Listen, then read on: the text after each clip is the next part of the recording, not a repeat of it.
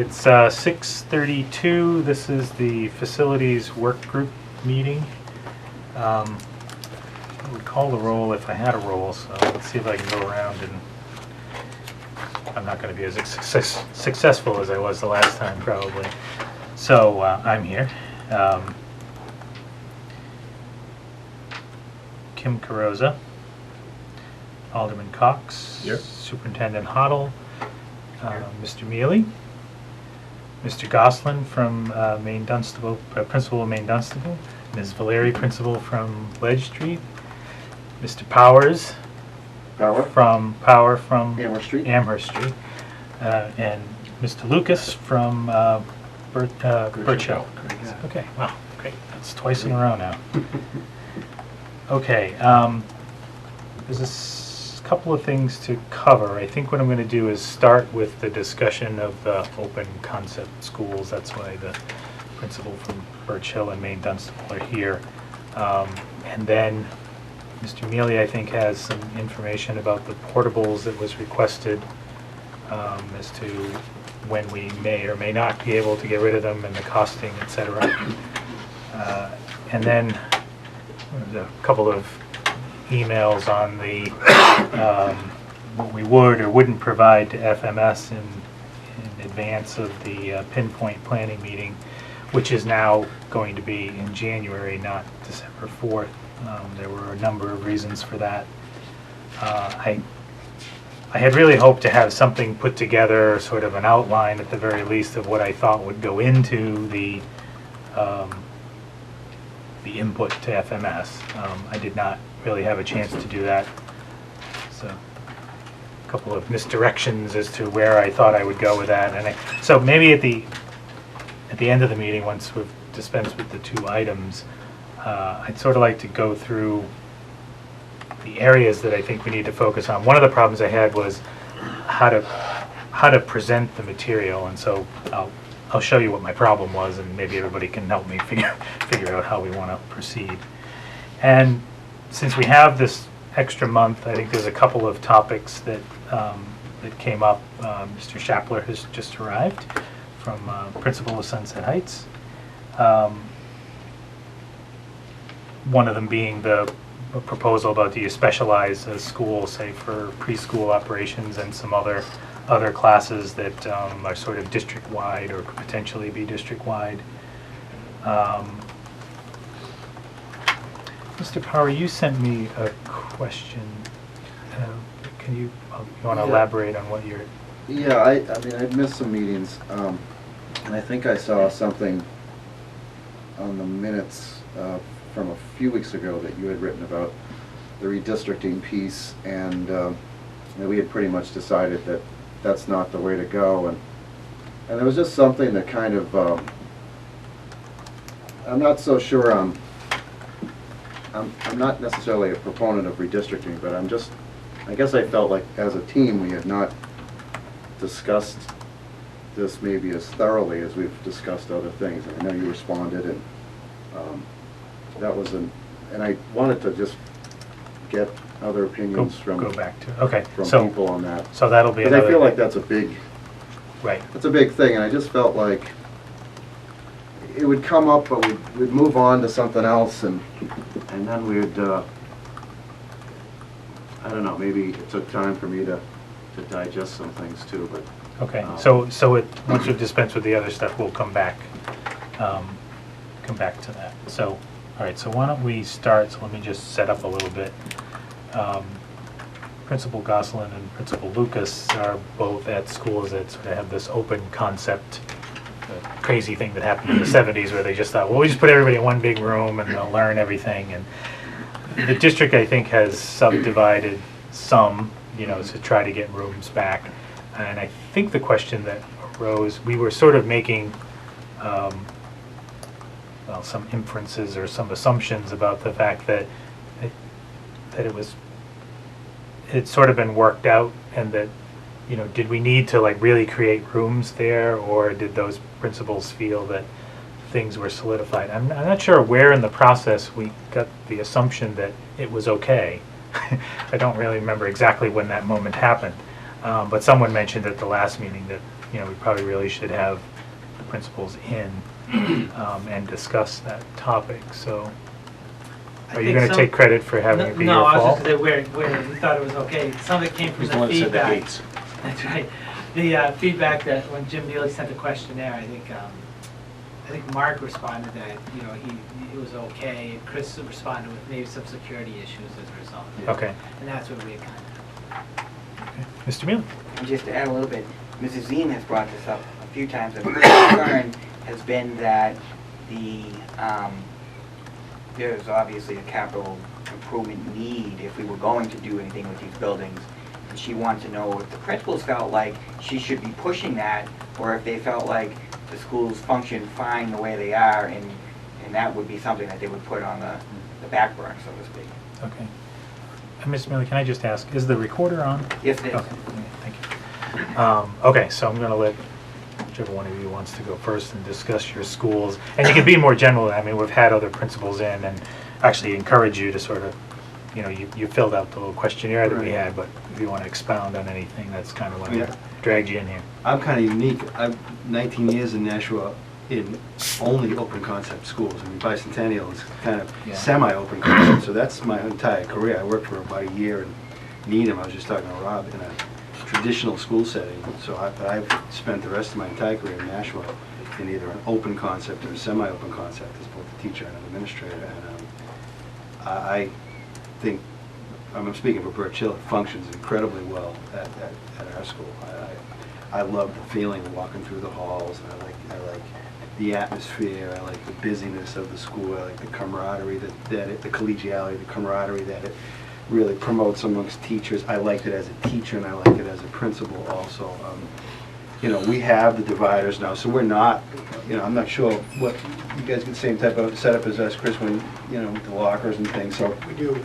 It's not a completely, you know, one big open space where we've got all these, you know, 20 classrooms going, and I'm able to also, because we have several closed-in rooms, we're able to have at least one closed-in room per grade level where we can put some of the kids with, you know, focusing issues or that type of child, you know, some, you know, if they have behavior issues or what have you. So we are able to offer it every grade from K through 5, at least with one closed-in room. But the rest of the school is this.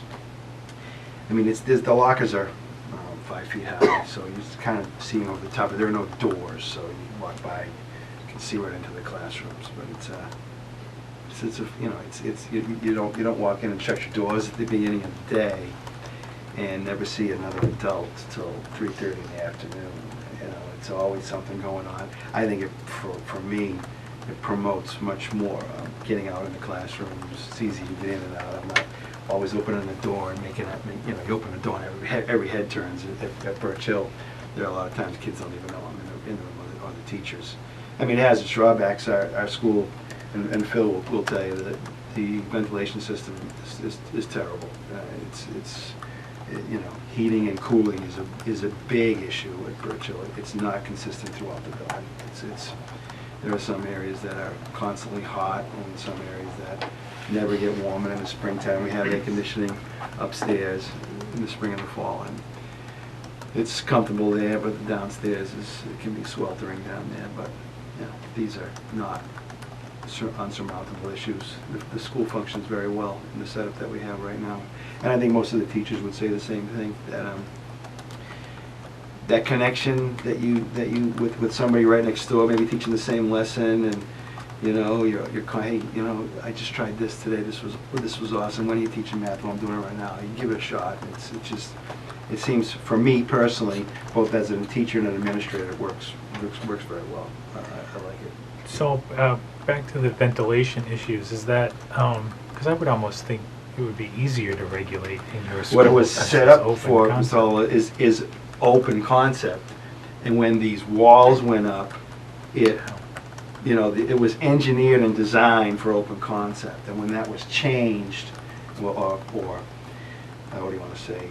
I guess improved upon, or altered. You got it. Thank you. It does not function as it's supposed to. You know, and it gets the closed-in rooms, and get very sweltering, and some of the other, not to the point where it's detrimental, but it's really tough. As soon as the changeover goes from the fall cooling season, September cooling season to the winter heating season, the emails back and forth to the custodian and to me. He's running around like a chicken with his head cut off sometimes, turning off fans and turning them on here and it's hard to keep things consistent throughout the building. But again, as far as I'm concerned, it's minor, but it becomes an issue to some of the teachers sometimes. For me, sometimes if it's a broccoli day in the cafeteria, the school has Spaghetti day. Yeah, a spaghetti day. It doesn't smell like your mother's home. It doesn't smell like Jim's house on Thanksgiving Day. The whole school can get a bit of an aroma to it, because that doesn't function very well sometimes also. All right, I'll come back to you Sure. if you want to expound on anything else. Absolutely. Let me go to Mr. Yeah. Gosselin and see what he wants to say about First of Maine all, Dunstable. Thank you for inviting me. It's a pleasure to be here. I'm going to echo a lot of what Mr. Lucas said as far as ventilation and air conditioning and so forth. I think just to begin, whenever I do a new family tour in my building, I'm usually the person who takes the spirit of that. I kind of set this family up with, you know what, you're going to see something a little different than perhaps you're used to. And but I always say you need to listen to the hum of the school when you get down to wherever they are. And with the open classroom, it certainly promotes team cohesiveness. It certainly promotes children learning in many avenues. But I think when a new family comes down and they see no doors, they see 5-foot walls and so forth, they kind of pause a little bit. And I said, okay, let's just listen. Let's stand in the hallway and listen to the hum of the classrooms. And you can stand and listen to the different lessons going on, but the teachers and the children are conditioned in such a way that it's just a wonderful tone that goes on in the building. You know learning's going on. Whether we have a second grade teacher who's reading a story, or whether we have a third grade teacher across the hall or down the way a little bit that's doing an active activity of some sort, it all kind of blends very nicely. So that new family that comes in truly is surprised, but truly gets an appreciation for the conditioning and the way that teachers and children adjust to the open concept. Now, there are always plenty of pieces. Security is a big issue. Lockdowns in the building have to be very creative. In fact, we're working now on a creative program with our locked doors. There are doors in certain classrooms, so that's a piece to be concerned about. Putting 3 or 4 different classes in one room that has a locked door in a lockdown situation is a concern. So we're getting creative on that, making sure that our students and faculty are safe. Another interesting piece that came up this year, in my first grade, we have 2 first grade classrooms that are of course back to back and have 2 egresses into both classrooms. So you can look into one classroom from one, and then the other side of the wall you can do the same thing. And we have a child who is having some speech and language challenges, so we've had to set up sound barrier curtains in each of those doorways.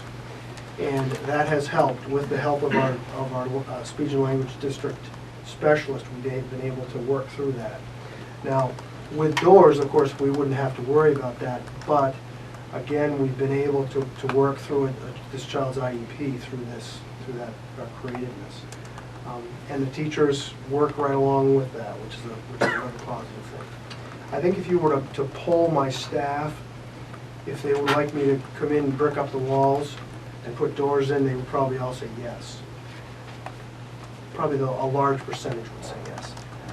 I know there are probably a handful that would say, we love it the way it is. And you know what? Our building is such a nice place, relationship-wise, kid-wise. We're able to work through it. My scheduling is such that I try to schedule large movements of children on the other side of literacy and math blocks, so so third grade going to lunch doesn't disrupt second grade going to, doing their reading block. So it takes creativeness, but working together, we're able to work through it. So, Mr. Lucas, if I can go back to you, Mm-hmm. Mrs. Ziem has arrived. Her I'm penalty is, sorry. her I penalty for showing apologize. up late is she has to sit next to me, so. And It's a pleasure. keep an eye on you. So Mr. Lucas had just described that he actually likes the open concept. I've taught in it, and I'm now an administrator. I taught at Bicentennial for 16 years, and that's not, it's more semi-open concept. I don't know if you've been in Bicent, but no hallways right through the classrooms. Although when I had a chance to switch rooms when we renovated Bicentennial, I chose the last room on the hall because no one would be going through my room. So I did, seniority there did give me a bit of an edge. I had one of the better rooms in the school, but I've seen it from both sides. So taking Mr. Gosselin's point that if he polled his teachers, they would probably say they wanted to have walls, do you think the same would be true, or have you? I don't, and I think we function very well with the building setup that we have, and I think, it's always a question that I ask, and that John Richard and I used to ask when we do evaluations or observation post-conferences, what's your team like? And, I want to promote that, just as Chris said, I want to promote that grade level cohesiveness, and I personally, I think the open concept does that much more so than the four rooms. I don't see any stumbling blocks right now at Birch Hill with the way that we have it set up. Mrs. Ziem? If I'm understanding you, let's say that there are 4 classrooms, and let's say that somebody came in late and they had to get to the last classroom. They would have to interrupt all 3 of the classes. That's in how it was front. at Bicentennial. It's not that way at Birch Hill. Main hallways with the rooms off. So no, they do not have to travel through the classrooms at my school to get from one place to the other. However, the classrooms in many cases have no door on it. As Chris was saying, you have to be very creative. We had to do some switching around this year with bringing the kids back and forth from lunch recess because of just the noise factor. So instead of bringing them through the building, they now come around. With our new setup, our new access road, it makes it much more easier to bring the kids around the back of the building and in one of the back doors up the stairs and right into their classrooms without being so much of a disruption to the rest of the school. Where in the past, that was basically a dirt road, and in the winter became literally impassable. And are the youngest children in that lower level as opposed to the older children? First and second grader on the bottom, first and second grade in kindergarten on the bottom floor, and third, fourth, and fifth grade on the So, top floor. in your opinion, would it make a difference if that were reversed? I guess I'm asking you, who are the better behaved children? Who are the most likely to be able to go with the flow in that certain scenario, if you understand what I'm saying? The fifth graders know their way around a little bit better, but get a little bit, they're a different animal than a first grader. Yes. And as a former fifth grade teacher, I always say, boy, those sixth graders belong in the middle school. I was glad when we made that switch. But the fifth graders have taken over that role of being the oldest children in the school, and they feel their oats.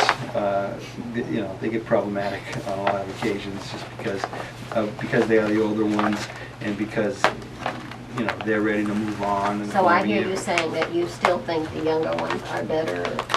Yes, more adaptable. they are, and I keep my younger ones on the bottom floor.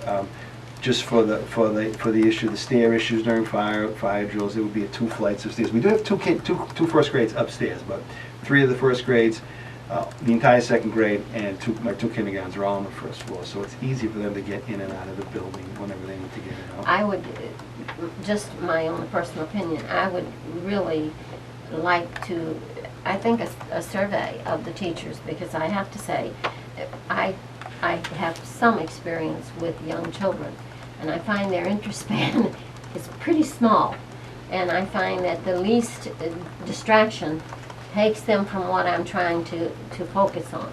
And so that's my concern with this whole thing about sound carries over the top of the walls, through the doors. I mean, you can hear your friend Johnny next door talking to Sarah. You can. And so are you listening to Johnny and Sarah, or are you listening to the teacher?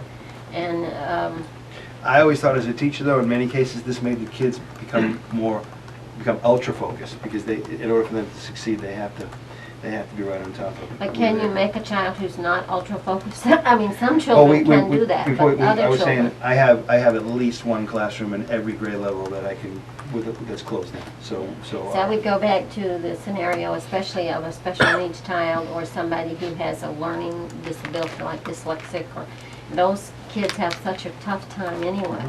And then to expose them to any distraction, I mean, don't know. it's not the best scenario for every child, but I don't think a closed-in room, again, with 4 walls and a door, is the best scenario for every child. We're not gonna, you know, I have a little girl came last year. Her parents were very, she's deaf in one ear. Her parents were very concerned, moved into our district, and we're making all kinds of decisions about Birch Hill. And, you know, we would have worked to place her wherever would have been the best for her in the district because of her IEP, because of her condition, and they just love the school. I put her specifically in a closed-in classroom, which they're grateful for. She will get that closed-in classroom all the way up through the grade levels. Her teacher has to wear a microphone, and Brooke wears a receiver in her ear.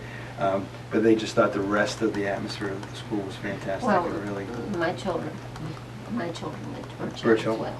So I'm very familiar with, Mhm. with the The school, school. and it is a good school. I Mhm. certainly wouldn't argue with you about that. Thank you. But I also think that we want to, the whole point to me is to try to maximize for the kids. What is the absolute best scenario for these children? And I just, in my mind, but I also recognize that I'm not a teacher. And so that's why I say it would really be nice to have a survey of these teachers to see how they, whether the majority of them feel it's an inconvenience or it's acceptable. I think a lot of it has to do with working environment. That's what I found so pleasurable as a teacher in Bicentennial. I mean, I just like you said, Chris, I walked in my first day after interviewing with Charlie, and I said, "Oh boy, this is different. I've never seen a setup like this." You know, my school was built. The school I went to is the same school my father went to, so it was built in the 20s. Hallways and doors. You know, so it was my middle school, my high school, and I'd never been. I taught for a year in Needham, Massachusetts, traditional school, and had never been in a school in that type of atmosphere. And they said, "Wow, this is not, you know, my old elementary school," but immediately I thought that. And I guess my mind says to me, if indeed these open concepts were the best scenario, then why have we gone away from them? And we have gone completely away from them. They are not building, to my knowledge, open Well, concepts. if I can interrupt, I mean, Please. remember, these are not, we're calling them open concept. These are not the open concept schools that they were. They used to be an open concept school with no walls whatsoever. No. So you've developed some, it's sort of a hybrid open Mhm. concept. If I can go back to, I was looking at we have all these Yep. things for your school. There's no way to tell on here that it's an open concept. Which of the rooms School. have, you know? It would be kind of, because I know you said that there are some rooms that are closed off. Yes. And the other point you made, because my kids all went to Bicentennial, Right. as you know. Yep. And I always found that, I don't know how anybody taught in that school, because it was so loud. Now, maybe if I was a kid sitting in a chair in the classroom, it was probably different, because my kids, it never seemed to bother them. Right. But I think what you're saying is your configuration is different in that there's no walls, but you don't, I think what you said is there's no rooms where you have to go through a room Correct. to get The to another central room. hallways, Whereas in- upstairs and downstairs. Whereas in Bicentennial, You have to go through rooms. you have to go through Right. rooms. Right. So, and Mrs. Zeem sort of stole my thunder, because I was actually Sorry. thinking the same thing. I know we have some capability to do surveys the principals could do it themselves, or I thought there was an online thing that we used I to have do the early that. release on Wednesday. I could do an informal survey on Wednesday. Either, just a show of hands, how many people, you know, Yeah. and if we wanted to go a little bit further with it, do something more formal. Yeah, I didn't know whether, I mean, maybe anybody else in the committee might have an opinion. Are there any other questions about the open? Is it really just, do you like it or not like it? And it's probably something a little more subtle. I just wanted Mr. to Shack. clarify for you, if you look at the floor plans, where it varies a solid wall from a locker, for instance, I'm looking at Birch Hill. If you look at like room 314, see how it's a double line around that corner? Yeah. That's all lockers. So wherever you have a double line, right across from 311, it's a double line there. Those are just 5-foot walls when it's a double line. That's, if you're reading the floor plan, that's how you can, and none of, Oh, as opposed to this, so the only ones that are actually solid walls are the thick, completely black. right, well, So it's an I open. say that, but if you look at room 306, see how it's a narrow doorway? That's because it has a door. That's the other, and 307 has a door. See how they're narrower? 305 and 304, those would have doors. And it's not like we have any classrooms that are, I mean, every single classroom has 4 walls. Every single one is enclosed, but there are no doors. So that's where no I guess- doors, and the walls don't go all the way up. Right, there's really 4 rooms in each building, Main, Dunstable, and Birch Hill, that are kind of the fishbowl That's rooms. what we call 'em. 314, 302, 114, and 102, where 2 walls are lockers. Everyone, other than that, you'd have 3 walls of some 4 sort. walls. 4 walls, or 3 walls and 1 wall, 1 Right. We have a fairly new grade 2 team this year. Brand new, a mixture of 1, 2, 3-year teachers and brand new teachers.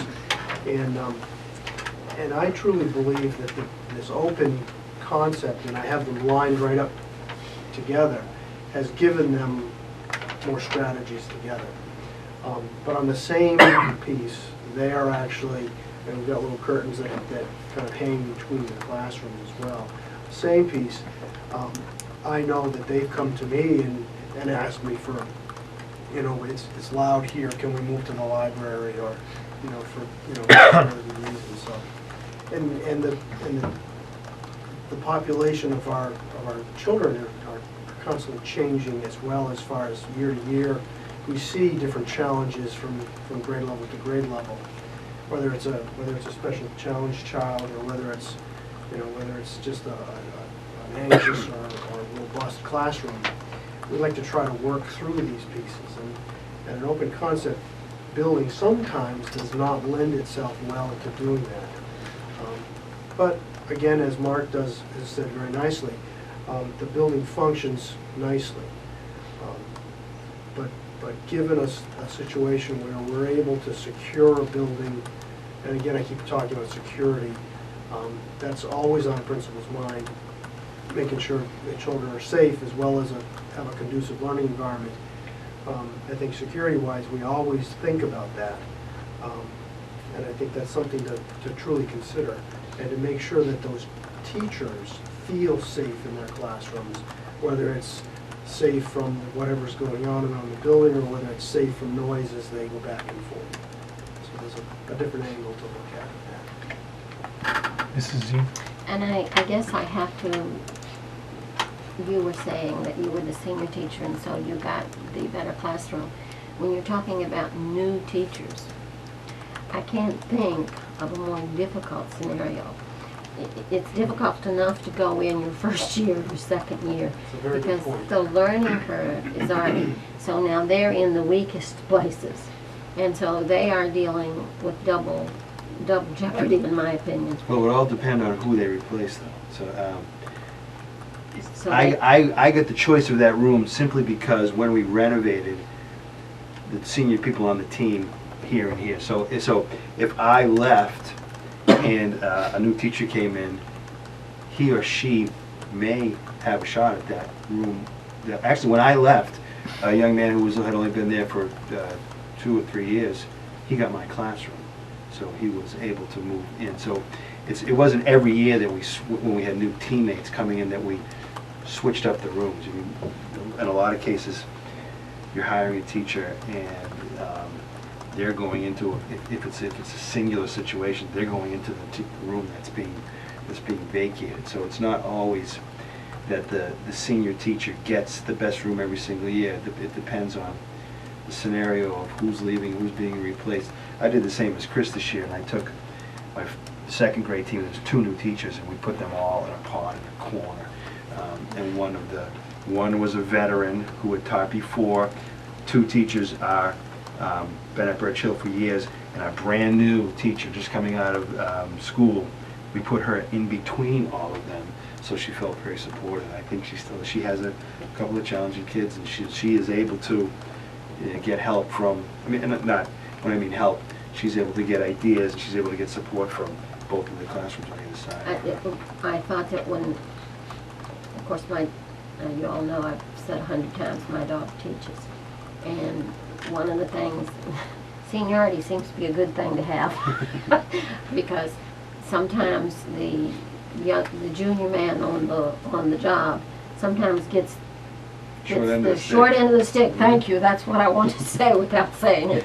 And so, and I concern myself about that because they are young and they are inexperienced, and that in and of itself is a big. And Chris and I, in our schools, with the layout, I think it's very easy to support a brand new teacher. I think it's very conducive to a new teacher, because again, you're not walking into your classroom at 8:45, the kids come in, and at 9 o'clock you shut the door, we have the announcements, and you are never coming out of there again till the end of the day. There's people around, there's teammates, there's administration around there. It's got a feeling to it. I mean, you know, it's got a buzz to it, and I love that atmosphere, and I think it's very conducive. Well, I certainly don't want you to think that I don't have the greatest respect for our professional staff. I've been nothing but impressed with we're very fortunate to have some top shelf of the best. I wish we had more money that we could support them a little better, but not having it, at least I certainly don't want to be guilty of not constantly reminding them that we do realize the job they're doing, because they're doing a yeoman's job. It's heavy duty. So if we're going to do a survey, you want me to do just an informal one on yeah, Wednesday? I think that's fine. You know, no, it's not like we're making decisions yay or nay, but it's just sort of another placeholder. And if Mr. Mealy, if we could talk to Kyle Langeal at Bicentennial and get her to do, did I say her name right, by the way? Get her to do a survey as well. And I'll just read what Ms. Langeal said in her, because we asked the question if you had an open concept. So the question is, if you have an open concept school, would you like to see it change to a more traditional setup? And her answer was, 3/4 of the school is open concept. It would be easier to have self-contained classrooms given class size, current pedagogy, if I got that right, and the inclusive aspects of our program. Additionally, the square footage of the rooms includes the walkways from room to room. This space cannot be used for instructional purposes. This results in rooms which are far too small to accommodate the typical class and their instructional needs. So gets to your point about the differences between Bicentennial and yours, which don't have the that room that I shared, chose on the hallway. end too. I could, because it was not a hallway, I could use that whole Yeah, 10 right. feet. I could get that.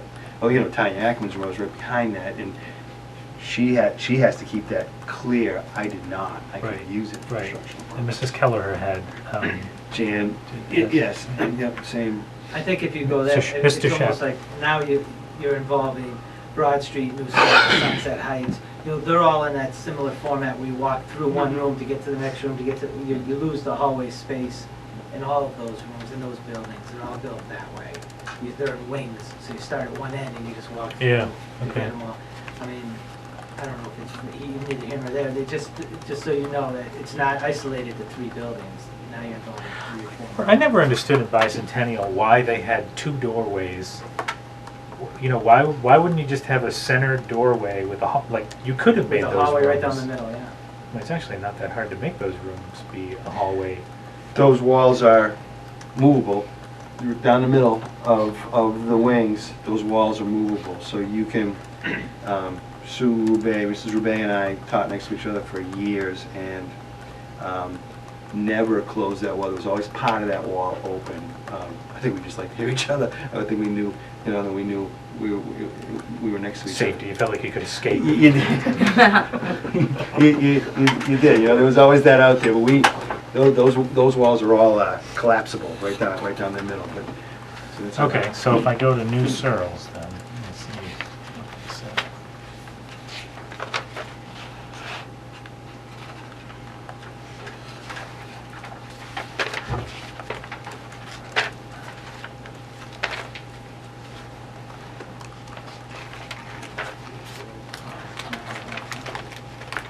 Bad example, go to Broad Street. Yeah, Broad Street. That would have been easier, that was the B's. Yeah, Broad Street.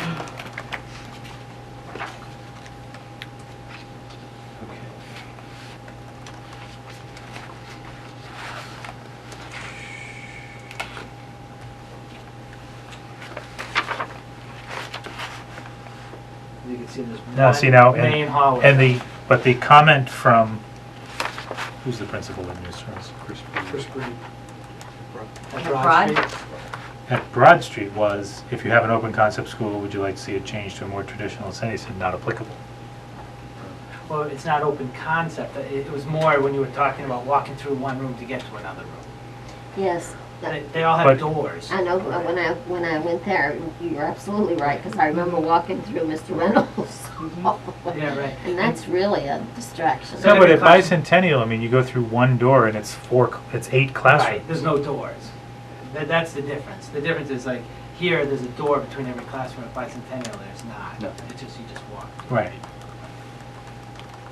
So, I guess So I'd it's not still, open concept. I wouldn't call it open concept. I was just talking more about walking through. But you had to use the walkway.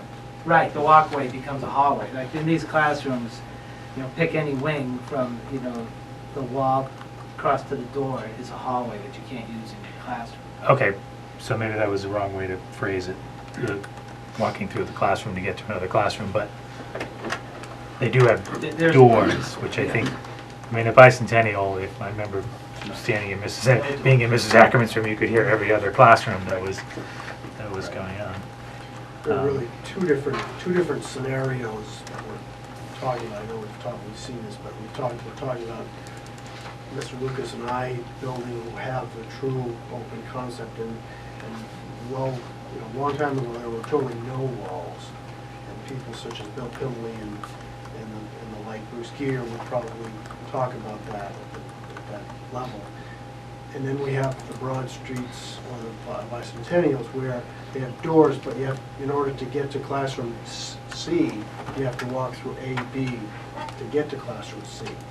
So it's really not a, Which are those schools, Chris? So the original open concept school, which now have the 5-foot walls, that would be. me and Dunstable, Birchill, and That's it. and the walkway schools where you walk through a classroom. I thought that's all we had in the Anyway. district. Broad Street. Because my children, all 3 of mine went to that school. Yeah. And Bicentennial is a little different. You walk Opposite through, school but was there's no doors. Birchill. So that's 5 of the schools. How many? Right here. The other 7 all closed? Yeah, ledge. I have to admit, Yeah. I'm very, very surprised to hear him say that So- the teachers wouldn't. Okay. Are you Mr. suggesting a survey of the 5 schools? We have 3 apparently that are in the walkway model and 2 in the modified And I 5-foot wouldn't think open there's anything concept. you can do in the walkway model. Is there anything that could be done to, Well, some of them- Well, I guess that's why I was thinking Yeah. Bicentennial, because Bicentennial, I think, you could actually do something about reconfiguring Bicentennial to make it so you didn't have to walk through. I mean, that just, You'd have to close off that one open end of every classroom on those wings somehow. You know, basically the classrooms are 3-sided. With one side that's wide open to that hallway you walk down, so you'd have to close that that single side. Right. So you put two double walls, two walls on the other side, and now you'd have a walkway down the middle. Yeah, but there's already one down the middle, so you'd probably, I mean, that's the brand new renovation, the newer renovation. You take that middle divider out, that's the folding walls all the way down. And these somehow have to be. Now you'd have to put two walls up. Right, yes, yeah, right, yeah, you're right. Yeah, just to be clear, I'm not saying we're gonna do it, I'm just saying, you could do something about the high school, I don't. All I'm getting to is, who do we want to survey? If we're going to do the survey, we want to do everybody. Well, we wanna do Birch Hill and Main Dunstable, That's what I would think. and then. And we want to just ask them their thoughts or whether or not they would like to teach in a traditional school versus the setup that we have now. Can it be as simple as that, or would you like more information, or? Yeah, I mean, I guess, well, speaking for myself, Right. see what anybody else wants to say. I'm just looking for sort of a general, I sort of get the general sense from you, certainly, that you think it's great. I do. Pretty clear. And I think Mr. Gosselin is good. But I don't know how much of that is tempered by the fact that he knows that his staff might say, yeah, put up some walls for us, because we don't really like this. There isn't a day that goes by, sorry to interrupt, that a teacher doesn't come up to me and say, geez, you know, I wish I had a door. And I said, well, you know what, I've done masonry work, I'll come in and throw some bricks. So for me, it's as simple as that, sort of just a sense of. So I'll have a discussion on Wednesday. You're saying throw up a door. Obviously, the money is an issue. Absolutely. And that being the case, if... She always looks at all of them. And I'm not blaming you for that, please, no, I certainly don't. She does when you're not here. Sorry, But I know that if we take this beyond this committee, I think the more we need to go with, you know, that there's a consensus, that this is not one or two people, that there are 50 people involved and 45 feel this way and 3 feel this way. Because certainly if we're going to, even if we're doing this in long-term planning, which is what we're trying to do, I believe, we're certainly going to have to justify it to make any headway with the city fathers, which, and I appreciate that, because that's the role they play. And so, but because of that, that's why I think if we go from here, the more statistics we have, the more concrete feeling about. And so I guess my second, if any of those teachers have comments that you think are pertinent, such as, could we just put doors, and by putting the doors, would we make it 50% better and eliminate 80% of the cost? I mean, doors sound pretty, a lot less expensive than having to remodel the whole thing. And I understand from Mr. Mealy and Sean that if we go to that, then we have to go to the basics of the structure, to the heat and the lights and the electric and the plumbing and all of it, which of course becomes very expensive. So if there's a shortcut that we can take that will make a significant impact for a lesser dollar, then certainly that would be something we want, at least from my perspective, we would want to consider. That makes perfect sense, and I think you're making a very good point. We also need to think about the profile of the learner as well, the child coming in. You know, the teachers today are competing with lots of different pieces, lots of things. Now, we're also seeing special challenges come through more and more and more.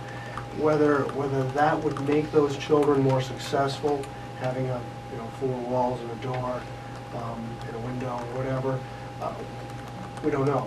But I do know that studies are showing now that, with hooking an adult with a child or a group of children, and having them link up and have that relationship is certainly more conducive for learning in many ways. So I think the profile of the learner really has to be looked at too. Well, the diversity of our classrooms obviously is great. Absolutely. Great. Alderman Cox? Yeah, I think out of the survey, I'd like to see the kind of the not just pros and cons from the teams. I don't know if you can do it by team or however you're going to do it, but what we'd like to see changed and what we wouldn't like to see changed. Okay, that's a good way to put it. That discussion. I mean, I'm excuse me. I think I stated it earlier, but I started in '94 at Maine Dunstable and had my last graduate go through last year, so. And I'm very surprised that Mr. Goslin says that he thinks the teachers would like to see it gone. I know my kids enjoyed it, although I do remember hearing a lot about the intercom. Yes. Sometimes loud and robust class that had an exciting day, and maybe a loud visitor. You should only get, hey, how come they're having a party and we're not having a party? That's right. Other than that, that was it, but. And you're exactly right, Mr. Cox. I think, given the scenario, teachers will teach the heck out of the curriculum in any capacity. And I think given any opportunity, and I think helping to minimize some of the challenges of, that would be definitely helpful. And, we'll see. I think the survey would be a good thing. Yeah. I do. Yeah. Very interesting. Yeah, I just had a question on the open concept schools, and then maybe a historical question on open concept schools.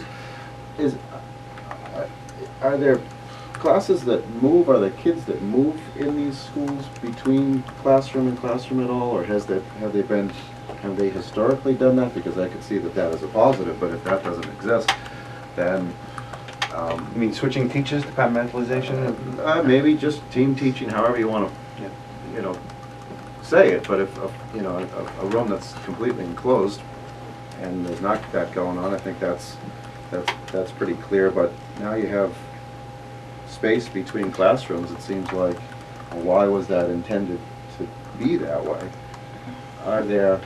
Does that situation exist at all in your buildings?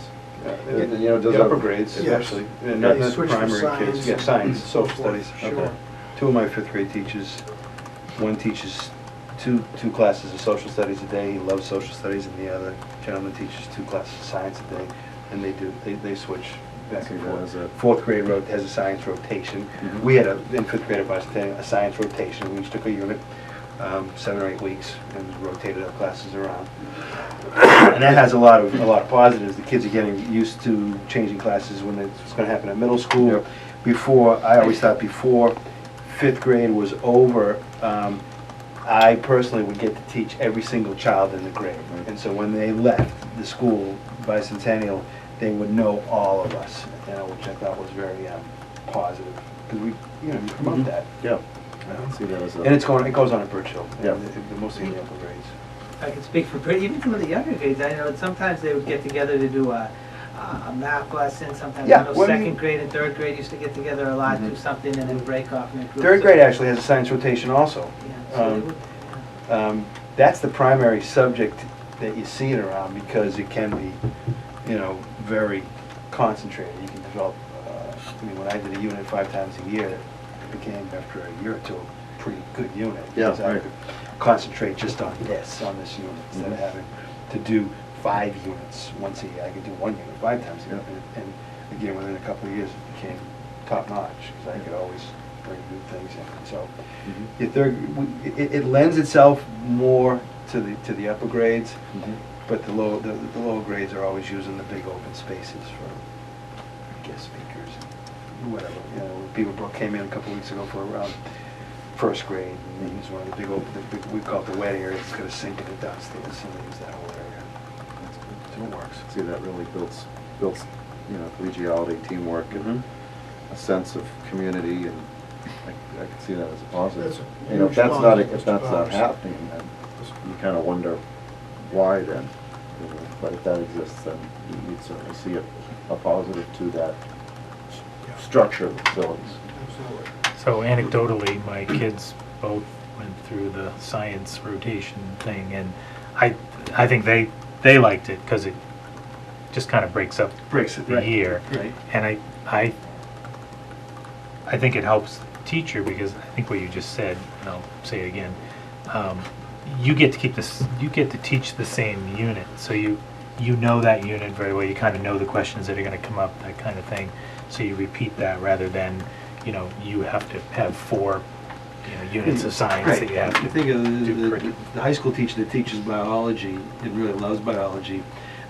They get pretty good at teaching this biology class as the Right. years go by, and And they're constantly evaluating and bringing new things in and throwing things out, same type of thing. And it promoted, again, a little bit off the open concept, but the school itself kind of lended itself, our setup in the wing lended itself to this. I think it sets it up at Birch Hill. It lends it, you're not coming out into a hallway, going here with another class. You're going out your door, and this guy's going in the back door, and it's you get to know the other teachers again, and it works. I hope I don't sound too pro on open concept, but I loved it as a teacher, and I really like it as an administrator too.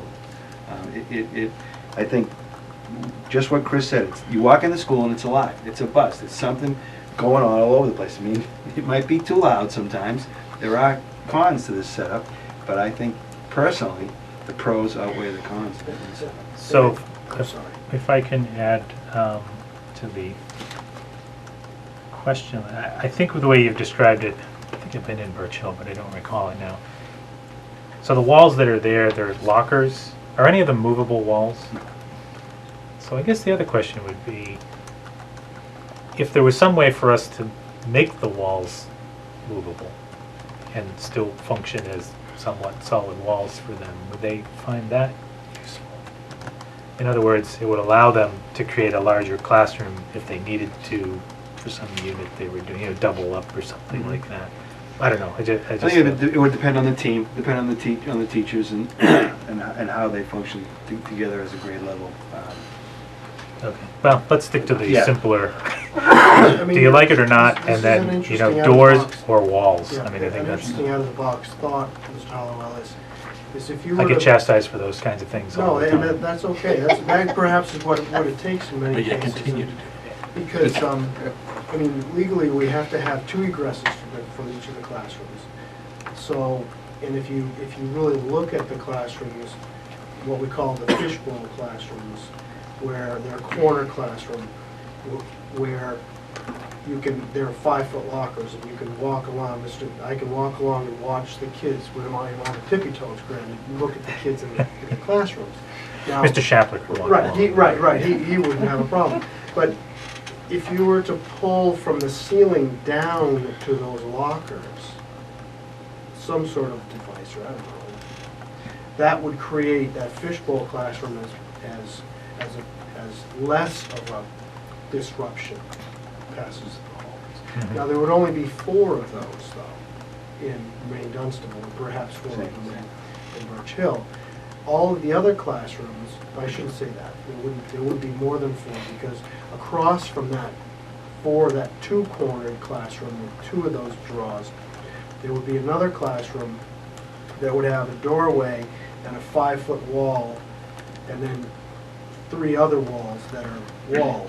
So you'd pull another of those shade thing down to create that classroom feel. So that would be a few more of those. There'd be 4 more of those situations. I can only see that being an advantage if if you had something that could create a sound barrier, Right. not just a. Right. And then you get into the heating and cooling. Yeah, Because that's yeah. where the airflow, even the walls that they put in, don't go to the ceiling for that purpose. Right, They only that's go exactly 2 right. feet from the ceiling, so it's. So if I can ask Mr. Mealy, on the capital improvements plan, what do we have? Refresh my memory as to what there is something for Maine Dunstable and Birch Hill sort of slated, right? Is that just HVAC work, No. or am I not remembering anything?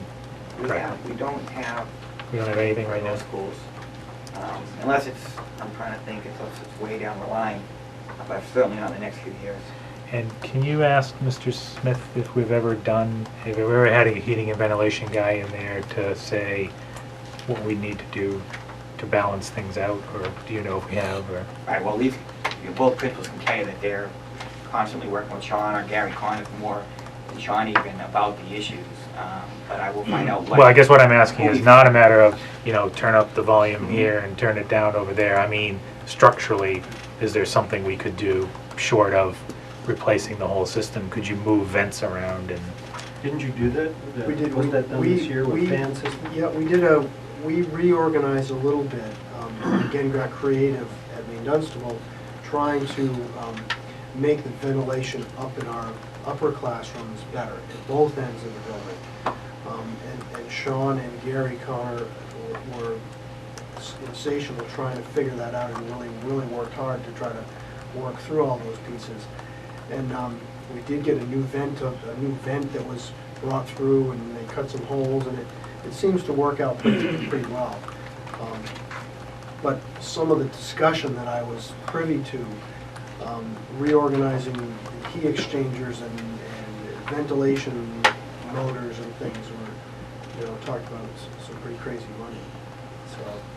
That's what we do here. Right. Talk about, yes, not much more.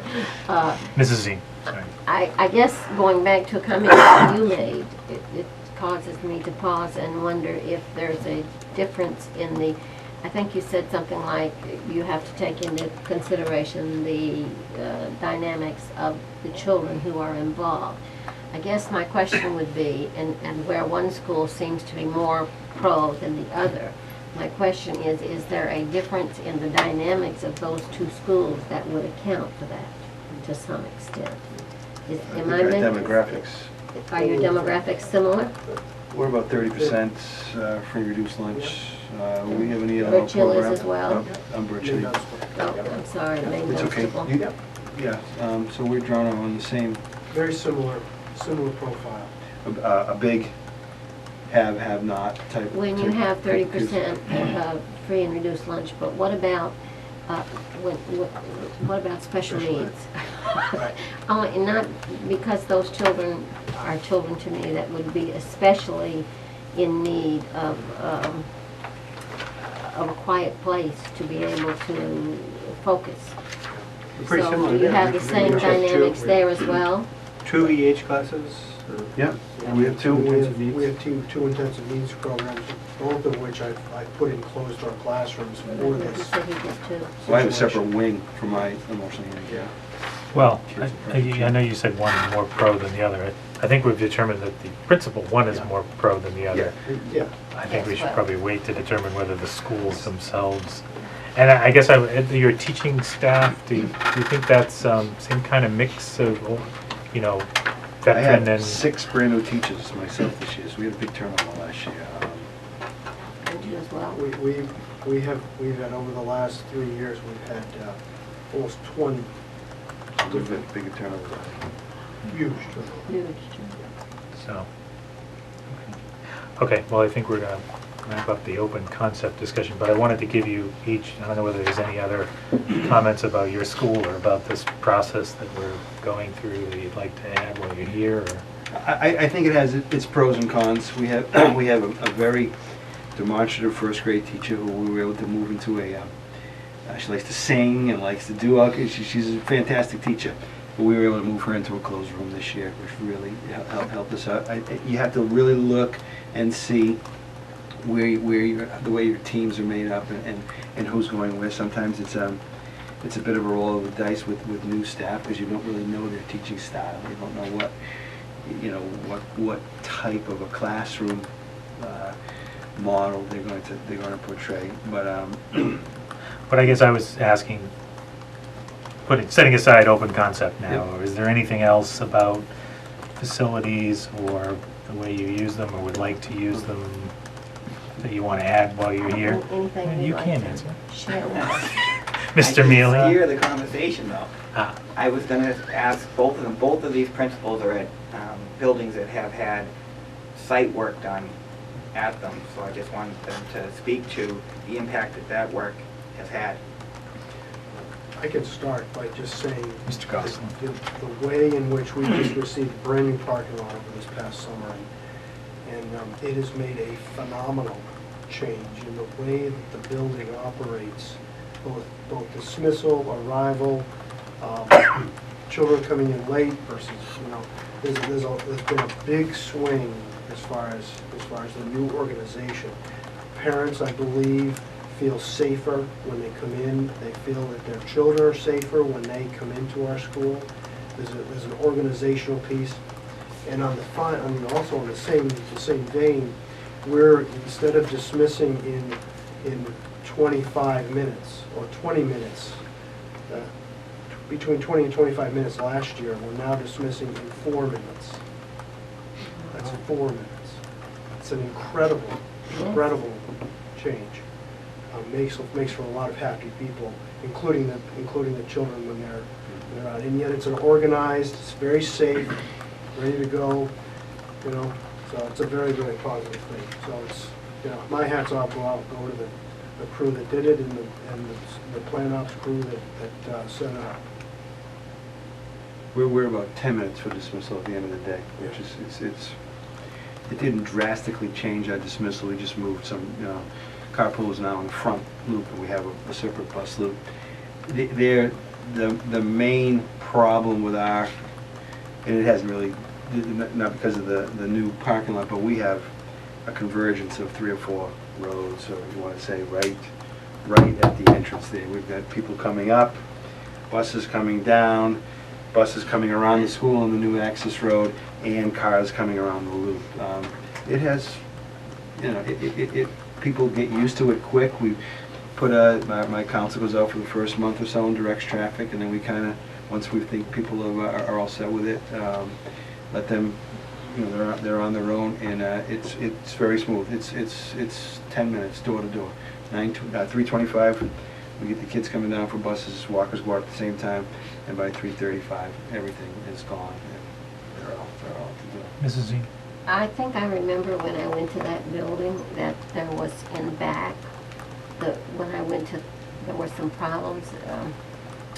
There was one of the teachers was complaining that there had been, is there water that gets into one of those rooms back there? Used to be, but now all It the was drainage resolved. yep, with new culverts. And there was a bumblebee issue too, Yes, wasn't there? we still had that this year, and You still had it. Sorry, I this year. didn't hear what you said.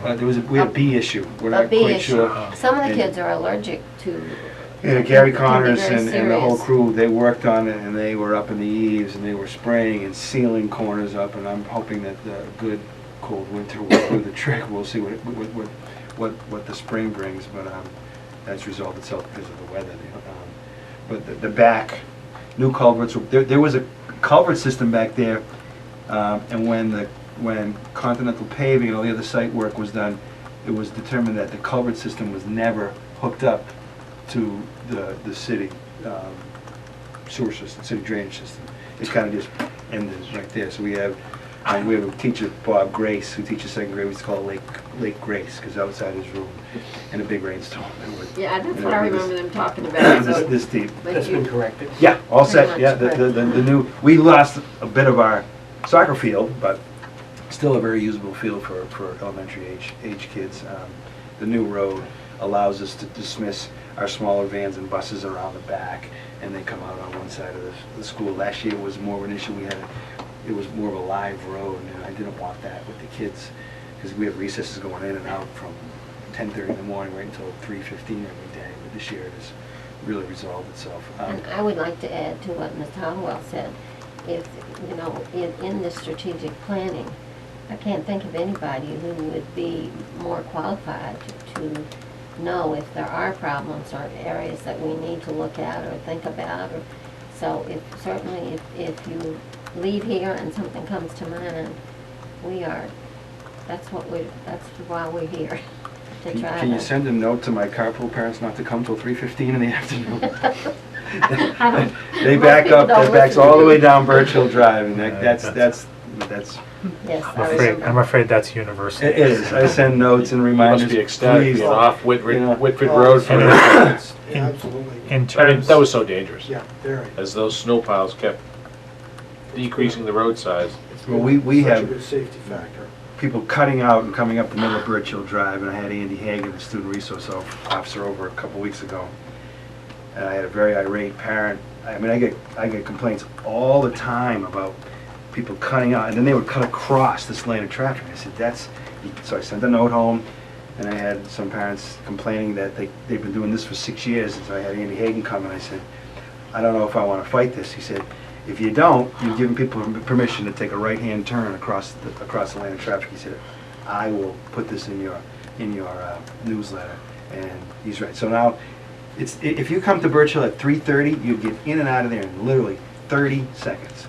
But people like to wait, get lined up at 3:05, and they spend a half an hour waiting in line. That backs everything down Birch Hill Drive. And Yes, I've been there. and you have to wait. If you wait, It moves quick. Again, you get there at 3:25, boy, you're in and out. You get But there. every now and then you get that parent who is in a hurry for some reason and they cause the whole. The whole back up. Right, It's a the good whole path. thing. Parents, that's the problem, we'll ban them. I didn't say So that, did just I? just two more, playground equipment, I know Maine Dunstable is pretty well set, I can't recall. We're in which- the midst of it. And speaking to sidewalk issues, if there are any. We're in the midst of a major playground renovation. We've got it about half done. PTO is fundraising again this year. And Birch Hill was given we were given a very hefty Safe Routes to School grant. And that's being worked on, and I don't anticipate much happening on that before the spring or probably next fall. A lot of I's dotting and I's to be dotted and T's to be crossed on that. But it's coming. So I think you'll see a big improvement in the walking. I'd like to have so many kids walk to school, but Dublin is a bit of a busy road. Getting across back and forth across that. But I think the Safe Routes is going to improve that incredibly once all this is put into play spring and fall of next year. And there is no. It's been fantastic for reduced Charles. Is there a sidewalk on Dublin? Parts of it, we have to have 2 crossing guards, one at Dublin. I'm just trying to think, because we did a walk to There school. was a guy, I was watching the Alderman's, I don't think you were. I don't think I was there's- watching the Alderman's meeting when they were discussing this, and they were talking about how, You know what? why are they doing this safe route stuff? Why don't they put sidewalks everywhere? There is not. I think down to the bottom of Birch Hill Drive, once it hits Dublin. Oh, right, I think Most somebody of them are commented sidewalks. there. that When we walked from Daniel Webster with kids this year, and we had my new PE teacher, her husband's a captain in the Nashua Police Force, and he provided us with a couple of police cruises. As soon as we get across Pine Hill, we immediately get up into the neighborhoods because because we do not want to have 100 kids walking down Dublin Ave. We came up Fremont and walked up that way because it's just so much safer. So there's no sidewalks on Dublin right now. Okay. Anything? You're good. We're good. Okay. We had new sidewalks 2 years ago on Whitney Road that connected with Green Dunstable Road, which was another tremendous improvement. Lots of happy families Okay, good. and principals. All right, gentlemen, you feel free to stick around, but feel free to Thank you very much leave. for Thank you very giving us You're the very opportunity. Thank you. My pleasure.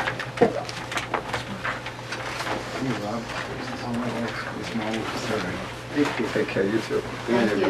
Bye-bye. Okay, so the next item that I promised was Mr. Mealy's discussion of portable classrooms. Couple things before we go on to that. You had sent an email regarding sidewalks, and since it just came up, this is the, Can I just set this up for everybody, that's because I didn't send it to everybody? yeah, I was watching again one of the Alderman's meeting, I can't remember, it was Alderman LaRose might have commented that there's a strategic plan for all the sidewalks that will go in the city that the Board of Education put together. And I wasn't aware of it, so I had asked Mr. Mealy if we knew if such a list actually existed. And I think that's where this comes from. this is right. And actually, the oldest version I've seen, but it still says revised, was 2004.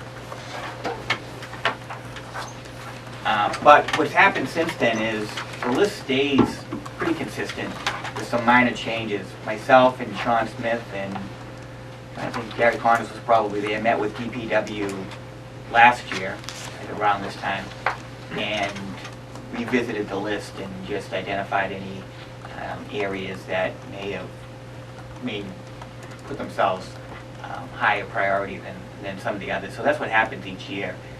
As you can imagine, there's a lot of work involved here. So a lot of it's been done, but a lot of it hasn't been done yet. So it doesn't change much. You know, they're starting to peck away, but still a lot of work to be done. And I just wanted to note on the bottom, you can see the plan was as additional sidewalks to be constructed on Broad Street and Dublin Avenue as part of reconstruction of those roads. So I guess when those are reconstructed, they'll be including sidewalks in the project. But I And just wanted to not so we're change- gonna hope for a very large stimulus package, because I think by the time that actually happens, Don't hold your breath. it will be old and gray. It's not on any list I've seen So, recently. not to introduce this as a topic for tonight, I just wanted to provide the information. No, it's good, and if I can, Broad Street, it always kills me because there's a sidewalk and it ends like 50 feet before the school or something, and I've always wondered why it didn't continue just a little bit further so that you wouldn't have to walk out into the street for that last. I think it's I can't remember what the road is that just no. Well, I mean they're all private property, but we own it, right? So it's next to the road, so the city owns it technically. Anyway, I'll have to get that to you because it's always frustrating. I mean, I know it's a very short stretch, and it's there's a small cul-de-sac there. I think their kids could just walk to school. I would assume now it's a bit hairy for them to walk to school because they do have to walk basically out in the street. in order Broadview, to- isn't it? Broadview? Broadcrest. Broadcrest, That's what it is, that's it. right, yeah. So this is paid for out of capital improvements? Is there some kind of schedule set up, or is it just hit or miss? Well, what happens is every year, the city budgets the Division of Public Works with street paving money and sidewalk money. Oh. And they've included us in setting priorities for sidewalks. So the money is a capital improvement project that DPW runs. And I believe the way it works, and Cox can correct me, developers, when they want to develop something, they have to set aside a certain amount of money that's improvements. And those improvements may not happen where they're doing their development. I think the city's They do it in actually broken up into quadrants. Right. Correct. And so there's if there's a developer in the northwest quadrant, then that money would be dedicated to, say, Broad Street would get some money set aside or whatever's on the list. So there's this list, but I presume, is there another sidewalk list, or is this the only sidewalk list that the city has? There's a city-wide one. I believe there is another list as well. There is a citywide one, because you have to do, you stated it correctly, you have to do one of two things. You either have to put in a sidewalk now, or contribute to the sidewalk fund. And it's a more expansive list than just this. I think this was more priority for the school district section. So is there The a list priority list. There that is a- combines our list with the city list? It would be, Or is it, DPW would have that list. We're not privy to it. okay. I could see if I can get that from Scott Pollock. Okay. Not sure. if- And we're not holding, I'm just curious as to how the process works so that we can document it a bit better for the next board, so that, we can put it all together in one place, basically. But the Safe Routes program is a fantastic program. I mean, like I said, over near New Searles, there are no sidewalks on Shady Lane or Palisade. And the usage of it, whether it be elderly walking anyone walking their dog, or the kids walking to school, or whatever, it's fantastic. And the That's a promotion grant. of it, That's a grants program? correct. That correct. old money? Yeah, And it's who's still at been Bison? very, Bicentennial and Birch Hill, right? of the two that just got or are about to. I know it went through Human Affairs, Right. we tabled it, but. Ledge. That already Also. had some.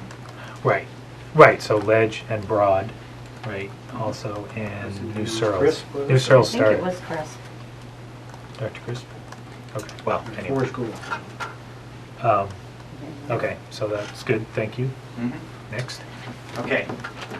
And to revisit last meeting's action item list, we had been asked to put together an analysis for the middle school portables. That's okay. Also had been asked to invite the open concept school principals, and that's why Chris and Mark were here, and I'd like to thank them for showing up. Have been asked to put together a status report of different systems for all our schools, which we are still working on. A calendar of school use, and Jerry Liberty is working with the schools, the staff of the schools, to put that together. And how many volunteer speakers do we get? Stacy Hines is getting more concrete numbers, but she gave me an estimate to begin with, and that was that on average the schools probably bring in 10 to 12 guest speakers, usually classroom teacher that sets it up. But the elementary schools, she says, take more advantage of that than the secondary schools. And this one here, which I just handed out, is the middle school portable classroom analysis. And I'll just walk you through it. There are currently 2 portables at Pennachuck, 1 at Fairgrounds Middle School, which we own, and 4 at Elm Street Middle School, for a total of 7. Each portable has 2 classrooms, so that's a total of 14 classrooms. And what I did is I showed you what's happening at the middle schools regarding enrollment. And Chris can attest that going even further back, the drop in middle school enrollment's been about 600 since 04-05. 05-06. But looking at 06-07, 07-08, and then this year, these are the official numbers for enrollment. You can see that we've gone from 3,001 to 2,596, which is a drop of 400 in just the last couple of years. And this is only those 3 schools. There are also some students who are middle school age students, but they go to the formerly ALT program, now the Phoenix program. So average class size, and this was just a mathematical conversion of the number of classrooms divided into the total enrollment. Pennachuck is the highest with 23, Fairgrounds has 20, and Elm Street has 21. And speaking to the principals, I did hear back from Fairgrounds, they have their average class size now at about 18. And then I showed the lease cost. As you can see, Fairgrounds, we own that one, so we don't pay a lease. The others, we pay a lease of $13,500 per year per portable. So for Pennachuck, it's $27,000, and for Elm, it's $54,000, for a total cost of $81,000. I have a call into Schiavi Leasing, who we lease from, to try to get from them how much it would cost to buy the portables that we have. Obviously, it should be a lot less than going out and buying a new portable, because there's life that's been used on them. It would cost them something to move them. So just so we have that information, I am getting that. The last column is POC, and if you remember from the NESDEC report that were done, it's the planned operating capacity. And the number that I have here shows if the portables were gone, what would the operating capacity be for the schools? How many students should be in each school maximum? So at Pennachuck, it's 575. So you can see, even with their enrollment down to 681, they still need the portables. But the other schools, Fairgrounds at 850, if their portables were removed, and Elm at 1150, they actually are at or below planned operating capacity right now. So you could make a case for removing the portables from those 2 schools. Next, what I did is show, just to give you an idea of how well we're tracking with the projections for enrollment in the coming years. You have the NESDEC projections on the left there. That's the middle school projected enrollments. And the top row of 3,079 projected in actual, that was the base year. They already knew what it was, so that's why it's exactly the same. The first year they projected was 07-08, and they projected 2816 with an actual of 2768, so they had over-projected by 48. The following year, this year, they over-projected by 28, so it's getting closer to actual and projection. So I think that makes a case that it's been tracking pretty closely to what was projected, and you should probably count on, or you can feel fairly confident in the projection numbers that that's where it's going to be. So if you look at it going down all the way to 2016-17, it's going to be pretty close to what it is now, about 2,600 for the middle school. So if we make a case for removal of the portables at Pennachuck, at Fairgrounds and Elm, you can feel fairly confident that that's how, that if it works now, it will work for the next few years. One of the other things I was asked is regarding Elm Street, where there's vocational space. It is being used as vocational space, not just sitting dormant. The cost to change that into classroom space would be estimated about $650,000, and that would be with us doing a lot of the work. The savings per year of taking the students out of the portables would be the $54,000 lease amount. So the break-even time would be about 12 years. But even having done that, it doesn't look like you would need to anyway. And I should have said this right at the beginning, but this is a numbers analysis, and my recommendation would be that you bring the middle school principals in before you make up your mind one way or the other, or even form an opinion one way or the other if this is something that we should do, because as we've learned in our discussions, there are impacts that are unforeseen until you hear from others of what might happen or what's going on in the building that you hadn't taken into account. So having said that, I do have a possible scenario, and it was interesting to me, if you look at up the top again where I put the average class size, if you remove portables, it doesn't, because of the number of classrooms we have for middle schools, it doesn't increase your average class size very much. In the case of, if we eliminated the portable at Fairgrounds Middle School, the class size would go from 20 to 21, the average class size.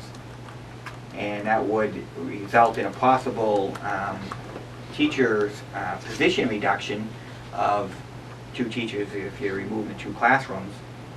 So that would be $80,000 for a total of $93,500. I would recommend, if we were going to eliminate the portables at Elm Street, that you phase it, that you do 2 and then see how it works out, and then do 2 more. So 2 portables at Elm Street Middle School, class size would go from 21 to 22. Staff reduction possibilities would be 4 positions of $160,000, so total possible reduction of $187,000. So, and then maintain the 2 leased portables at Elm Street for the time being, see how it goes. And because we own 2, we own the portable at Fairgrounds, and we own the portable at the Boys and Girls Club. You could have Pennachuck have the 2 owned portables, and we wouldn't be paying anything on those. So the total possible reduction. We don't know for sure that the leasing company would let us. Well, the plan, right? swap. The plan would be, because portables are pretty much the same, would be for them to take the one at Boys and Girls Club and take the one at Fairgrounds and leave us the 2 that are already at Pennachuck. So when you talk to them, you'll ask about, because I assume there'd have to be a cost for that too. Well, they'd have to take them away anyway. There's no cost. If we Oh, I decide see what you're saying. we're not leasing Yes. the portable, let's say we were It's there, leasing so the they one. have to come and get it. Exactly. So they have to come and get one. Yeah. So you would think they'd be willing to take them from different locations.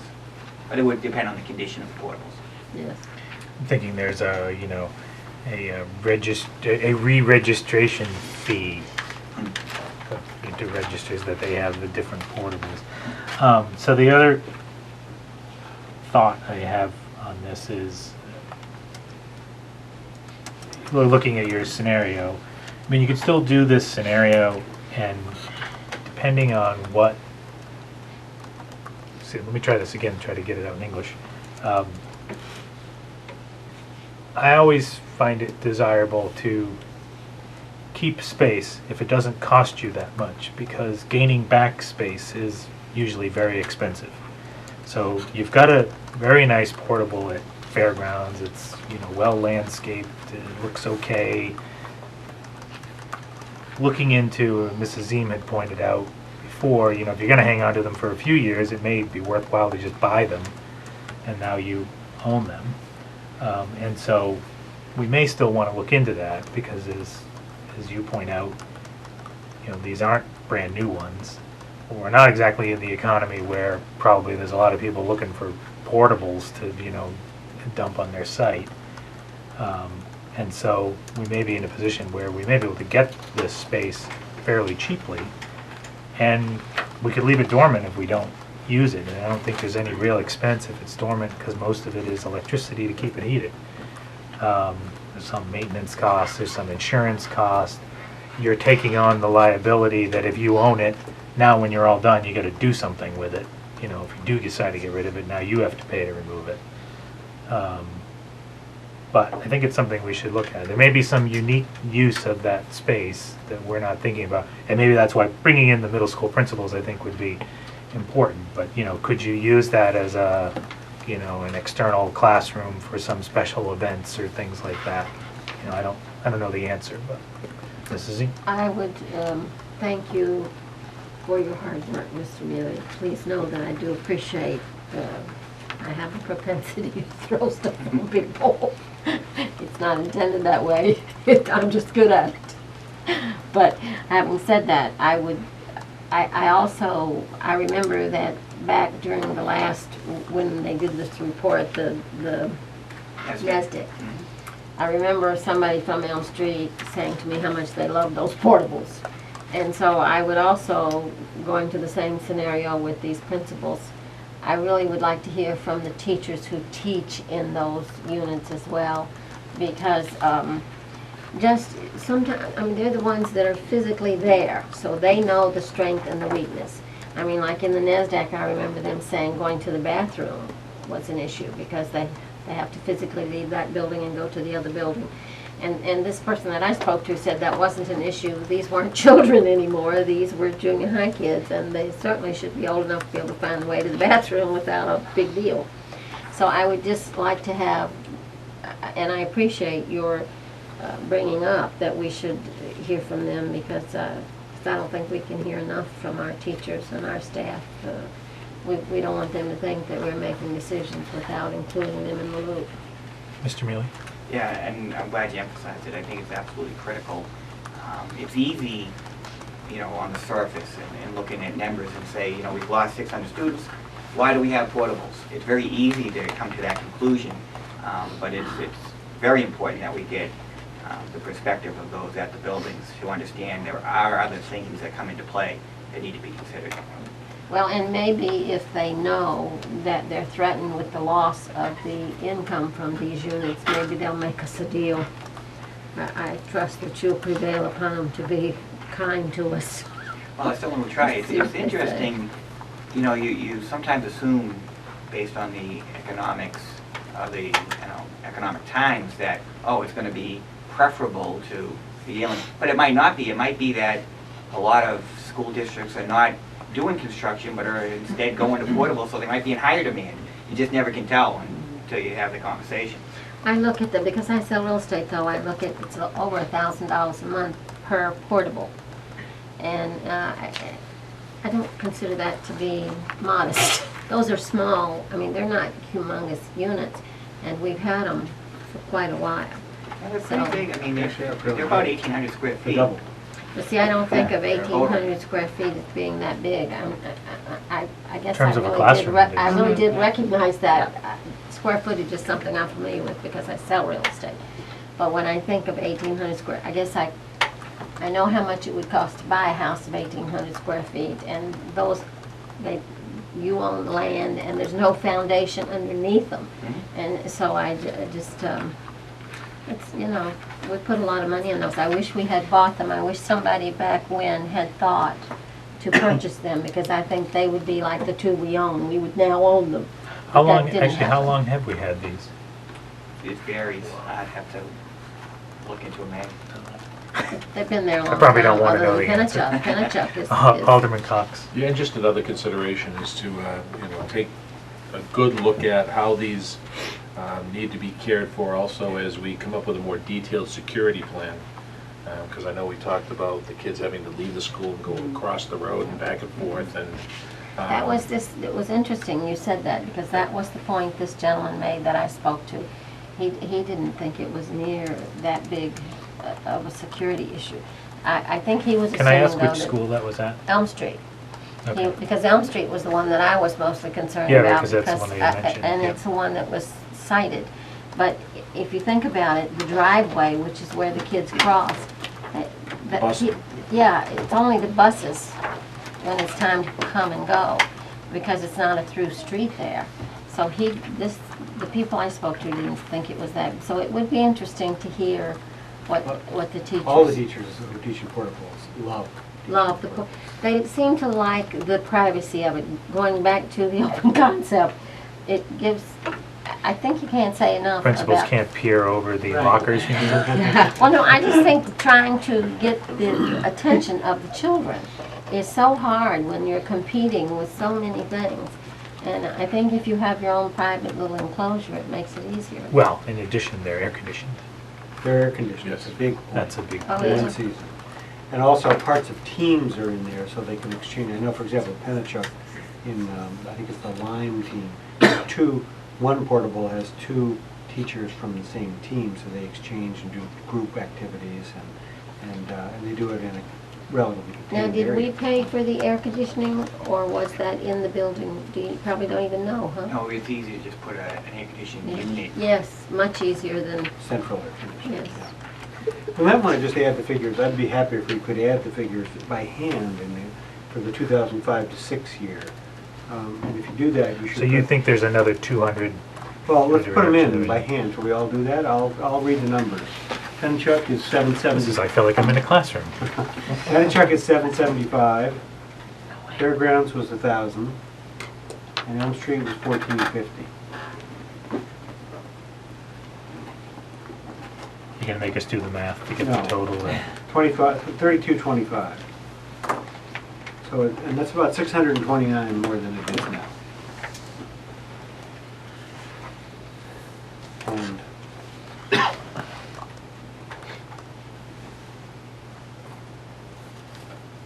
At almost 700 off 2016, 17. one other thing to keep in mind is, for example, at Pennachuck, when I came in the fall of 2005 to Nashua, no school was, if you talk to the teachers and go around from school to school, Pennachuck was feeling very, very, very crowded. The first thing and the only thing on everyone's mind, how crowded Pennachuck was at 775. Can you give me those again? I'm sorry. I didn't- 775 at Pennachuck, 1,000 at Fairgrounds, Okay, and 1,450 at Elm. thank you. And one of the things that's happened at Pennachuck as an example, it's still a little crowded. And the reason is one wing now has become the intensive needs, the special education self-contained wing. 3 years ago, some of that, some of those programs were in Elm Street, and moved out of Elm Street. So Elm Street has lost some of its district-wide SPED self-contained programs, and Pennachuck has gained them. So, well, I'm not sure we could say it's really crowded. There was an issue, I think, even at the beginning of this year in having to run one class in the library due to the fact that Pennachuck was very forthright in hosting these district special ed programs. So you are. So I'm saying we have to be aware of intensive Are needs. you saying and- that we may want to consider putting another module over there? I'm not sure it'll rise to that, but it's not obvious that more space has been created at Pennachuck. Because they've been taking more of the district special ed self-contained programs. That's all. Which impacts the average class size, why you can't just take the total number of classrooms. Right. Right. Remember, some of those special ed classes only have 8 kids or whatever. Right. So are any of those, Phil had put out a proposal about, long-term, what do we do about preschool? And there was talk of combining some district-wide special ed programs. Were any of those at Penn? Oh, I'm sorry, that was elementary. That was all elementary. Okay. Well, and so pursuant to the getting together with the principals, I had asked Mr. Mealy, and if people from the committee were okay with it, what I'd like to try to do is schedule, say, like a 1-hour meeting in the afternoon after school, so that we could meet with the 3 principals about, what, maybe it's an hour, maybe it's a little more than an hour, about the issues surrounding their school, because we really haven't, time just sort of ran out, and now we sort of have a little reprieve, so we should take advantage of it.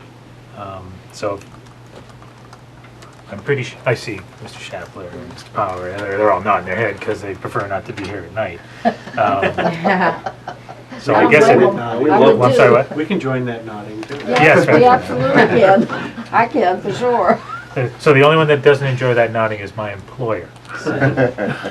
But, you know, I'm flexible enough that we can come up with a date. I was just 'Cause- nodding because I think it's a good idea to meet with the middle school principals. I think we should have a meeting with them. Yes. And listen, because I think it's more than just numbers, so I would like to hear from them. Yes. All right, so if I can ask Mr. Mealy to try to set that up. If we Again, can- thank you, Mr. Manning. Okay. Okay, where was I going next? Redistricting. Yeah, let's go back to redistricting, but let me back up and say, I'd like to try to get a couple more meetings in here. One, to go a little bit more in depth on Phil's proposal, because part of the problem is what does the work group want to move forward to the steering committee? What do we want to say to the steering committee about that? I had made a statement at the last meeting that because of the shortness of time, I didn't really think we could do this justice to really, you know, come up with a sort of grand proposal as to what we thought might happen. So I thought our recommendation would be simply, this might be a good idea, we don't really know, but, you know, it's something to think about, and maybe somebody needs to go off and study it. I suggested perhaps this committee, but some people disagree with that. So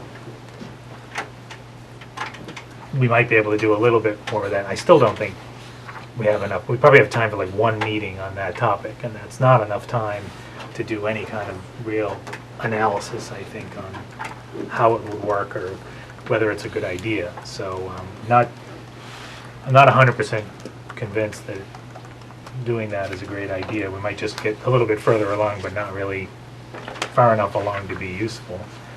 This is Zine. Well, I always agree with you, Mr. Hallowell. You're certainly a light bulb that we're delighted to have on this board. But Flattery will get you everywhere. I was hoping. I would guess I would like, I've thought about this a lot since, and I really appreciate your contributions. You've been wonderful, all three of them. And most especially, obviously, you don't make any change that isn't controversial. If you move a snail, Right. somebody is going to be upset about the snail. But whenever you think about change, to me, the first people you want to talk to are the people who are most impacted by it. And going to your suggestion about another meeting where we try to analyze it a little more, I would like to hear from the people. Maybe you guys won't think this is a good idea, but when I think of who's most impacted, I think of First Church, and I think of those wonderful people over there. So I have been thinking that we should have some kind of dialogue or conversation, or see if they have any thoughts on it, and maybe you don't think that's a good idea, but just like with any of the other changes, we've called in all of these people who are impacted, and I think it's a courtesy, if nothing else, and it also gives them an opportunity to ask questions and to better understand, as opposed to hearing it in the newspaper. And so that would be my suggestion. Because I think it's a good idea, but I think it's an idea that because the change has a big impact. There are an awful lot of people, so it's not just First Church, any of these preschoolers, any of the people who are critical components of the preschool that we haven't heard from. I think when Eric Schrader was here, he did say that was one of the higher respondents for the preschool people, that they would prefer to be together. Weren't they looking for something together? That's what I heard from him. And he, actually, was that in the, he had put together a A rather questionnaire. elaborate survey But of when his you staff. think about, there's been this ongoing dialogue between, there has been suggestions over the course of the 3 years I've been on this board anyway, and I think much longer, about whether First Church, whether we should move First Church to another location. And going back to the teachers loving the portables because it's a private world where they don't have to deal with the rest of the school, where they can. With a private school with air conditioning. Yes. Put And those two I things just together. am concerned that specifically, because they have, their corner of the world over there is perfect, in my opinion. It comes as close to perfection as anything I've seen in the district. I mean, I just have to say, it really is touching how wonderful those kids, the services they receive and the love that it's a wonderful, wonderful, wonderful. So I wouldn't want those folks over there. I just think it would be a courtesy, if nothing else, to bring them in and share with them this suggestion and just give them an opportunity to air their concerns, to ask any questions that I think it would make them feel part. I've said enough. My suggestion. Okay, so maybe we can plan. So I think your specific concern is about the First Church program. And I Absolutely. think one of the things you've commented on is that the location of that being downtown may be advantageous as well. If you find it It's maybe- not the location, although the building is ideal. It is kept beautifully. The maintenance, all the maintenance is included, as Mr. Hoddle will confirm, and it's maintained above average. I would say far above average. But I'm concerned. First off, I'm concerned that they will hear rumors, and they won't have a chance to field their questions, and there will be a lot of misunderstanding, which I think is the worst thing you can start off with. To me, you know, if I'm going to make some change that impacts you, I'm going to come to you and say, Alderman Cox, this is what I'm planning. What do you think? We want you to be part of this, and we certainly want to hear from you. It's a courtesy, but it also educates us to the pros and cons that they might see that we're not seeing. And so they're professionals, and I believe they will do what's best for the kids. I do believe that. They're very professional. So in that vein, let me reiterate, my belief is that this committee is not going to come to a final recommendation as to whether to do this or not do this, that we're looking at it as a potential, but I think it's too big a scope for this committee to take on in the next 30 days. If this had been brought forward very early on in the process, maybe we would have had a chance, but it was a very tight schedule to begin with. But I think it's an interesting concept. And I'm not suggesting that the committee has to endorse this. I'm just suggesting that you say, this is something we're considering. This is not a done deal. But because you are so impacted by it, we want to hear your input. Right, no, and I'm not, And I don't think that's I totally agree. Yeah. I also think I'm if just you trying carry to, it forward, it might I make a just want, difference if in the anybody minds. watches this or listens to this, to allay any concerns that a final decision is being made. Yes, Because I that's not agree. what's happening here. It is strategic planning, so it is something to look at for the future. And at some point, it would be good, I think, to hear from those people in the context of hearing from a broad range of our preschool teachers, because those are some of our preschool teachers at the church, and there are others at the other 4 or 5 sites where we have I think it could preschool impact the classes. thinking of the rest of the committee too, of the steering committee. Those people who do finally ultimately make the decision of what to do. It seems to me that one of their concerns would be, because that has been that's been an issue of concern for a long time. There's always been this thing about, well, why don't we move those people out of First Church and put them in our own buildings and save all that money? And, I'm not even sure that we save any money, because isn't that paid for by a grant? And if we move them to our building, then does the grant go away, or is that just more money that they have to spend somewhere else?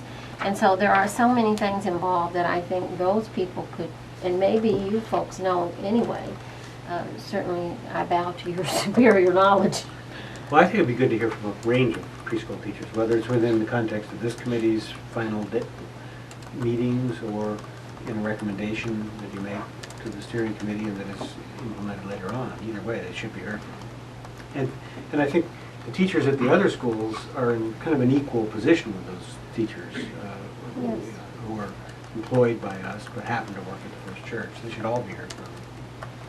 So let's try it this way. I'm not sure how many meetings we'll be able to schedule.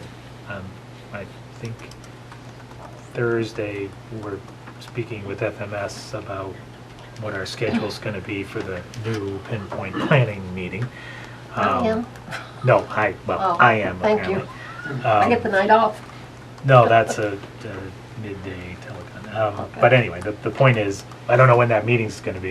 You know, if it's the first week of January, and how many meetings we're really going to be able to pack in here in the, 30 days, with the 12 days of Christmas and everything in the middle.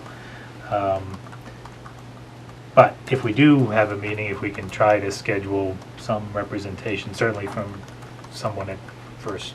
I'll try to be on First Church, time. that would be nice. Yes. If you did another 3:30 meeting for a broad range, perhaps a couple of those, would your employer go for that? In other words, No, he would not. I mean, you could get 10, I think if you had a 3:30 hour-long, hour-and-a-half meeting with, I don't know, 10 or, 8 to 10 to 12 preschool teachers from each of the different schools and the church as well. Get a good cross-section of what they believe. Plus, you probably would want a speech language pathologist or a service person as well, because they're also impacted by providing services. See, and I didn't even think about it. Now that you say it, it's obvious. Well, okay, why isn't administration advise me so that they've got the principals meeting, and I guess we can try to do another one. I don't necessarily have to be at the meeting, so if that came to it, Mrs. Zine could chair as we pass the chair along here from the Board of Ed members. I As to could when never that- replace you, Mr. No, Howell. stop sucking up. Doesn't do you any good. Okay, so I think that's all I want to say about that topic. So, Mr. Power, let me try to summarize where I thought we were with redistricting. And I completely get your point. I think your point is more focused on, are there things at individual schools that you may want to tweak? But let me not speak to what you're going to say. I think we had a pretty extensive discussion about if you've got whatever the demography is of the schools, that the feeling was it didn't make sense to do a citywide redistricting to try to balance the low socioeconomic and the ethnic, and number one, it'd be very hard to balance and given the makeup of the city without doing some really odd things with moving streets around. And that I thought that there was a feeling that if you knew the makeup of your school and knew the services that you needed to provide, whether it be parent resource rooms if you're in the inner city, or I don't know what you do with your bicentennial, but whatever, you're kind of focused on the students that are in your school, trying to teach to those students, that probably it wasn't necessary to do the redistricting. Now, in Mr. Shapler's proposal, there was an item in there, I think it was at Ledge. No, that was the fairgrounds and Elementary. Elementary school. And that was more focused on bus routes than anything else. And in other words, just trying to make them more efficient so you didn't have to cross over the turnpike and things like that. So that's where we left it. So if you want to speak to the Well, individual concern. Yeah, maybe it's just a personal thing, and I think you've summarized it well. I just get the sense, and kind of playing that memory back, that when we talked about redistricting, we talked about it at a period of time in our planning process where I didn't really feel like looking back now, I don't know if we had really found our way or our voice necessarily, or how to proceed. And I just feel like if you just look back on our meeting over the past hour and a half, we've been very focused on two subjects, and then we get into a third subject.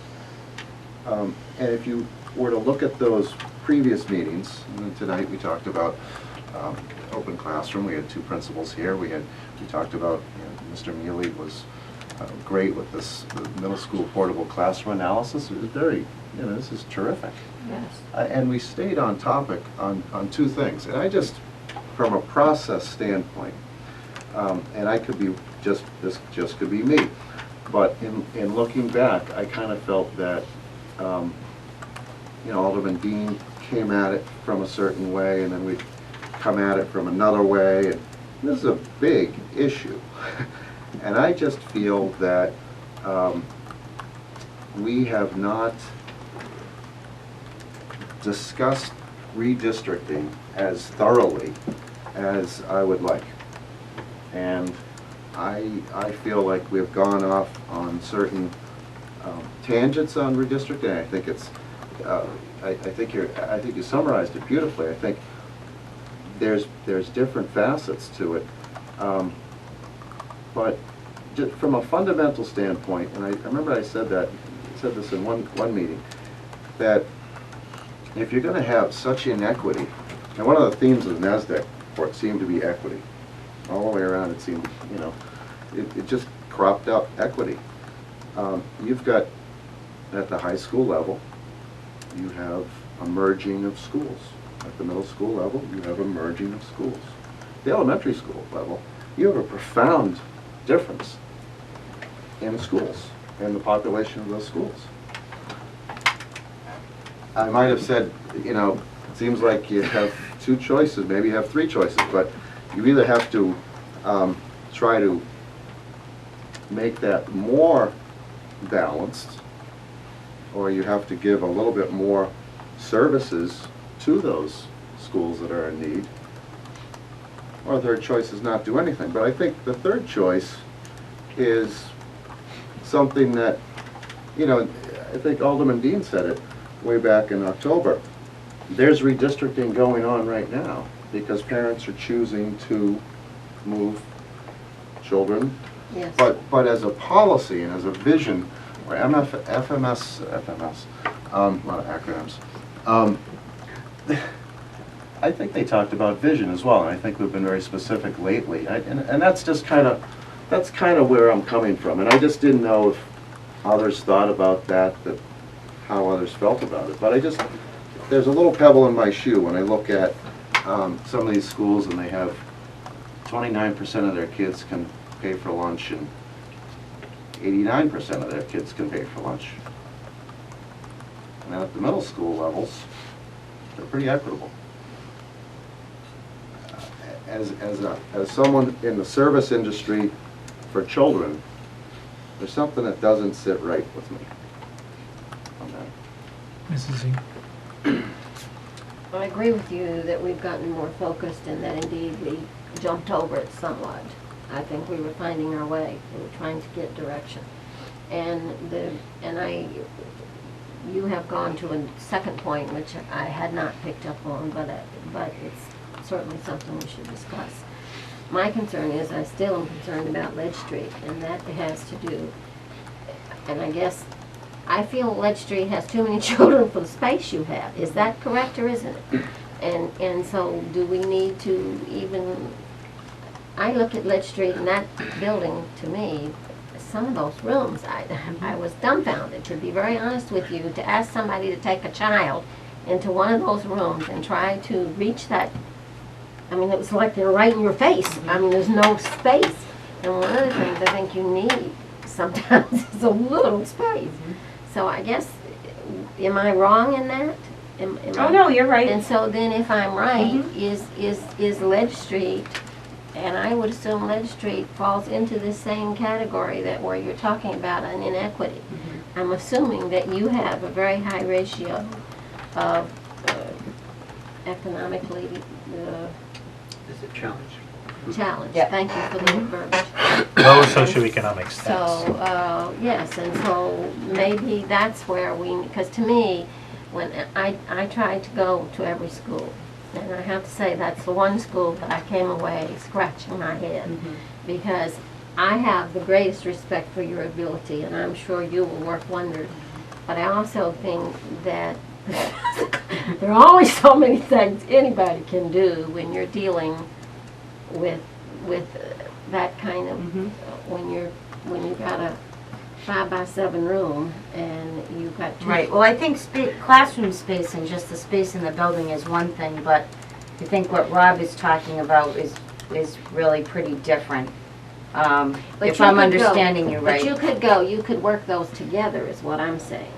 If indeed, because there are two ways to read, if Ledge Street indeed has too many children for the square footage, there are two ways you can resolve that. You can either redistrict some of them and work on this other issue while you're doing it. Because when you're redistricting, you could try to have an eye to that, I would assume. Or you can go to the modular scenario, where if we're going to get rid of a modular, could we bring one of those modulars over and give you 2 additional classrooms? That would then indeed free up some little larger rooms where you might have just a smidgen more space. And sometimes a little bit goes a long way. Sometimes it's the message that you're sending when you do that. I mean, if you've been working in a difficult scenario for a long time, sometimes a little bit of encouragement. I mean, I'm not trying to go away from your issue. I'm saying Well, that they work together. Can I- In that sense, I just think it's a, and as we talk about this, it has a lot of different pieces to it. And I think, I remember we had a discussion about PTO, and we talked about the difference Inequities. for inequities Right. as far as PTO, or in who funds playground facilities? Well, PTO. Well, I think that if you could look at all kinds of inequities as far as, and we banged that around a little bit. You could look at where do kids go for field trips over the past 10 years. Have they gone in some schools, at the elementary level, at a disproportionately more field trips, or perhaps more expensive field trips than other schools? If that's the case, maybe there's just a lot of things we can talk about, and I don't think it's, I guess I don't feel like it's our charge to decide one way or the other, but I think it's maybe something that the process needs to be talked about, and I think we have certain numbers in front of us, but we also need to, I think, maybe give meaning to some of those numbers. And by the PTO example and the facilities example as far as field trips, that's meaning. But there's other aspects to that. Dr. Shorter came in and he implied, although he didn't have the data in front of him, but I asked him that question about the EH students. And he seemed to feel, although I don't know if he got back to us on that there were more EH students coming from a disproportionate amount of the city from the inner city schools. EH. Emotionally handicapped. Sorry. And again, it's the numbers are interesting, but So if I can Sorry. back up, I think I don't disagree with the sort of haphazard nature of the redistricting question. I have no problem going back to it. In fact, we have the redistricting map. We could lay it out somewhere and see what makes sense. When I've looked at it, I think the question I had going into redistricting, and one of the reasons I didn't think we needed to go back to it, there's 2 reasons that you redistrict fundamentally. One is you have too many students in some classrooms, in some schools, and too few in others. For the most part, while Ledge Street is tight and the type of students you're trying to service is different, maybe there's reasons for that. But so Bicentennial's got too many kids, really, for the size of the school. Perhaps Ledge Street does. But I think overall, that's not true. That the schools don't have massive inequity in the they have massive inequity in the number of students, but not when you consider the number of classrooms. So Mount Pleasant is a very small school, but you couldn't put more students there. I mean, they're kind of got what they can fit. So to me, population redistribution size of schools seem to be, you might, I think we even discussed it a little bit about Bicentennial. Well, are there 2 or 3 roads that you could take that would take that away, move them to New Searles or something? And you're correct, we didn't go back to it. And the second fundamental reason is the demographics. So, and we did have a discussion about that. And I think it was Ms. Valeri was one of the proponents of that it wasn't necessarily, it wasn't necessary to redistribute everybody so that everybody had, 23% free and reduced lunch. Especially when you, 30, yeah. whatever. Well, think if we could do it though. Think if we could make it all 23% instead of 30. That'd be great. So once those 2 fundamental questions had been answered early on, I felt like, okay, the sort of the overarching thing to the steering committee would be, we don't think citywide redistricting that needs to be done. We might look at individual schools. And I take your point about, we did have the discussion about PTO. I think that is accurate. There is an inequity there. And your other note about field trips, that would be actually a very interesting analysis. I would suspect you are correct. But if we look at those things, we may say, what we need to do is concentrate funds to allow those students to go to field trips that are equitable. Because I look at those maps, and I have looked at them a fair amount, and I start to say, okay, well, here's Ledge Street. So if I move these streets into the Ledge Street or out of the Ledge Street, I don't see any way we do it. I mean, for better or worse, you've gotten down to a small enough component in elementary schools that if you want to have neighborhood schools, there really isn't any way to move those roads around. Now, something I talked about before we started this facilities work group is something they do in the town of Acton in Massachusetts, which is you go to whatever school you want to go to. And the bus people have to figure out how to make that all happen. Now, they do that by, it's sort of rolling shifts. They don't start the schools at all the same time. And obviously, there'd be places where people want to go that they, may not be able to go because they're at capacity. So you've got to pick your first and your second, there's a whole process to how you would do it. Now, that, to me, is thinking out of the box, because that would probably distribute people in a more reasonable fashion. So, anyway, that's my piece. But I have no problem with setting up a meeting where maybe half the meeting is going through individual schools and seeing what we might do, or helping us to define what are those services. So maybe it's making sure that we have 2 rooms that a school like Ledge Street or Amherst Street or Dr. Crisp can use for parent resource rooms or whatever else, adult English classes, things like that. So I'm completely open to that. So, Mr. Shapler. The other thing that I think we did mention, but Rob brought it up quickly, is about services as well. And if you do make every school 70-30, what do you do with services? Then does it all get watered down? I mean, right now, there's a substantial amount of, 10-1 money, teachers, services that go into the schools, and they need it.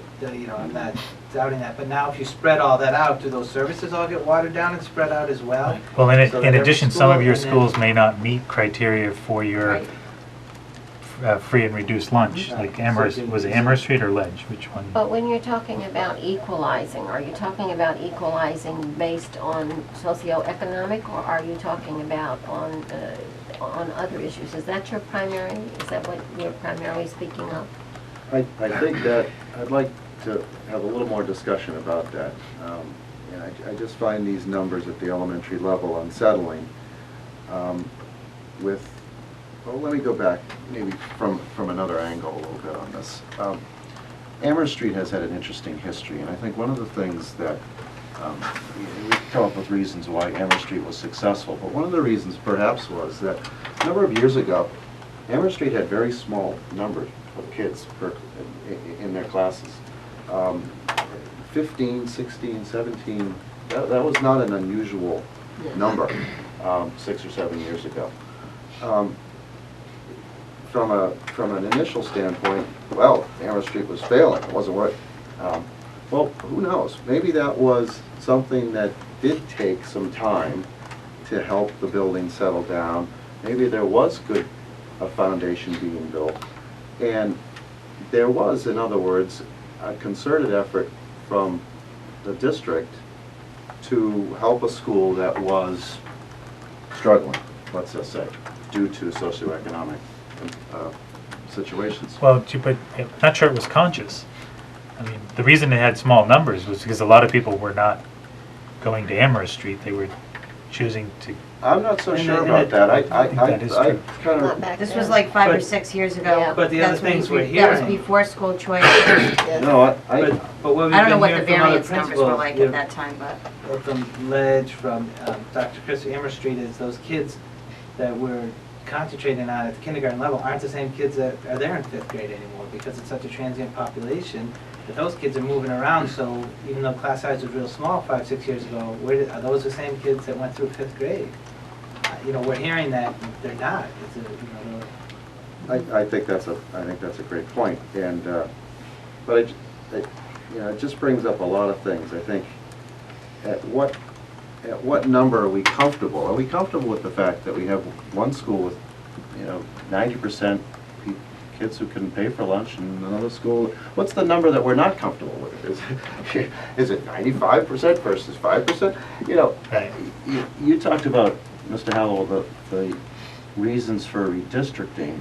The NASDAQ report mentions, in other instances, racial balance laws require the redrawing of attendance areas on page 136.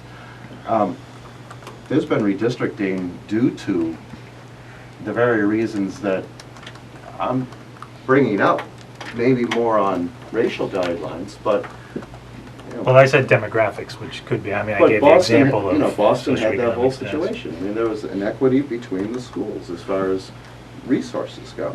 I mean, there's things have happened historically that, are we okay in Nashua with that piece at the elementary level? That's the only thing I'm raising, and I'm not saying, yes, I'm for redistricting. I think we need to, as a group, be very thorough in discussing that more. And I don't think the reason, I don't think it's an excuse, but I know redistricting can be very, very difficult, or it almost seems like an impossible thing. But should that be a reason for not discussing it? Well, okay, we are discussing it. We did discuss it. We're going to discuss it more. So I'm just saying that was maybe a reason why we stopped discussing it.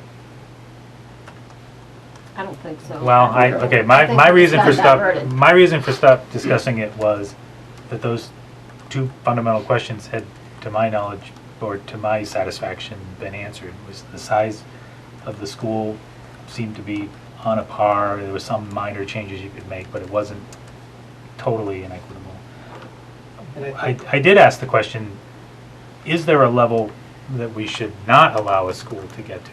Is it 70% free and reduced lunch, or is it 80, or is it 90? What is the number? Right? We didn't discuss that in any more detail. I think even Alderman Dean pointed out that when he looked at this, Mr. Alderman Dean's probably one of the ones that, I look at streets and I don't know exactly, the population that lives on various streets. Alderman Dean's been here forever, and he does know. And, I can tell you. I believe he did look at those maps and say, it's really challenging to figure out how you reconfigure it, to. But there is a make it match. perception, again, because I sell real estate, I can tell you that there is the perception by the general public that there are certain schools that are, there's no question about it, absolutely. My question is there some, going back to Bob's comment about, is there a ratio at which point it really becomes unacceptable? And if that's the case, like you were speaking about the issue in Boston, is there somebody who has a grasp on this kind of thing, who could come in and talk about it? Because I have I have no idea. For instance, when it became an issue in Boston, at what point did it become an issue, and why did it become an issue? Is there somebody who could share that? It became an issue with Boston because schools that had a high African-American population weren't getting any funds. I mean, I don't, we're nowhere near So the a court South, stepped you know, in. the Yeah. court stepped in and said you had to do Ordered, something. ordered Yeah. the school At what point? At what point does the court step in? When does it become an issue? I think it's a good point that you made. Yeah, I'm I think it'd not be- equating us with Boston, but I think I'd just be more satisfied with a deeper conversation about it.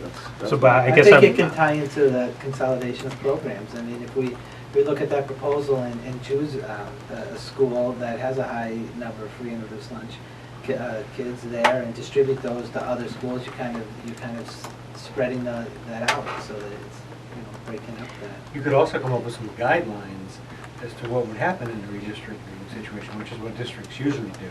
But, for example, you might decide, we need to redistrict, but we want to preserve neighborhood schools. We want to look at a certain threshold for poverty.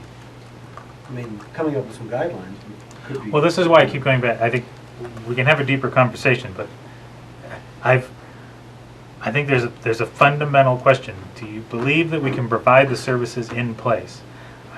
I'll look to Ms. Valeri again. I look at Amherst Street. Amherst Street is our most inequitable school by the measures we're talking about. And yet, it did succeed in getting offered No Child Left Behind. So that shows me, I think, that if we direct the proper services, if we keep the class size to a certain size, if we set metrics on that, then redistricting is not... My concern about redistricting and the cost of doing it and the political capital that you need to do it is what reason are we doing it for? What are we going to achieve by doing it? So you're expending money and you're expending political capital to do something. You want a result.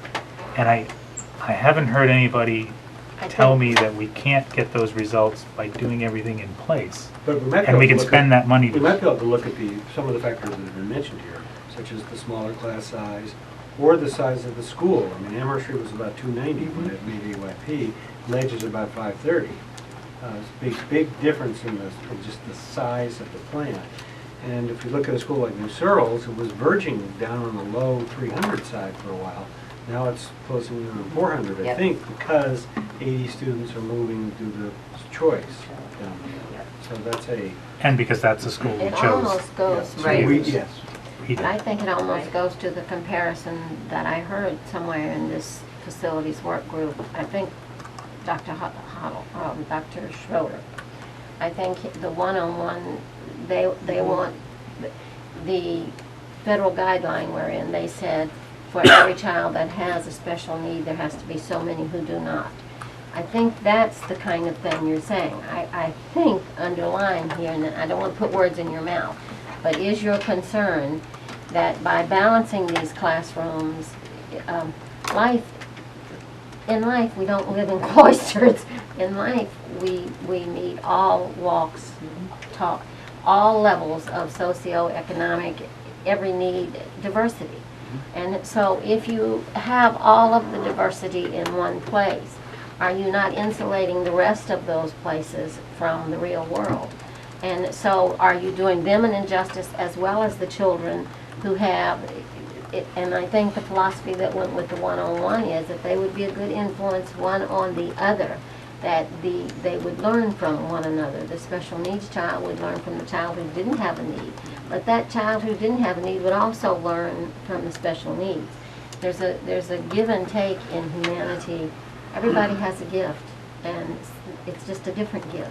And so in the diversity of bringing it equalized, that's the issue that I would hear at the bottom of what we're talking about here, is equalizing the children's exposure to every level of humanity, for lack of a better way And of that's where saying the it. thing really gets, it's that on one side and it's preserving neighborhoods on the other side. And those two issues are the ones. Not that in my come together. neighborhood, I think.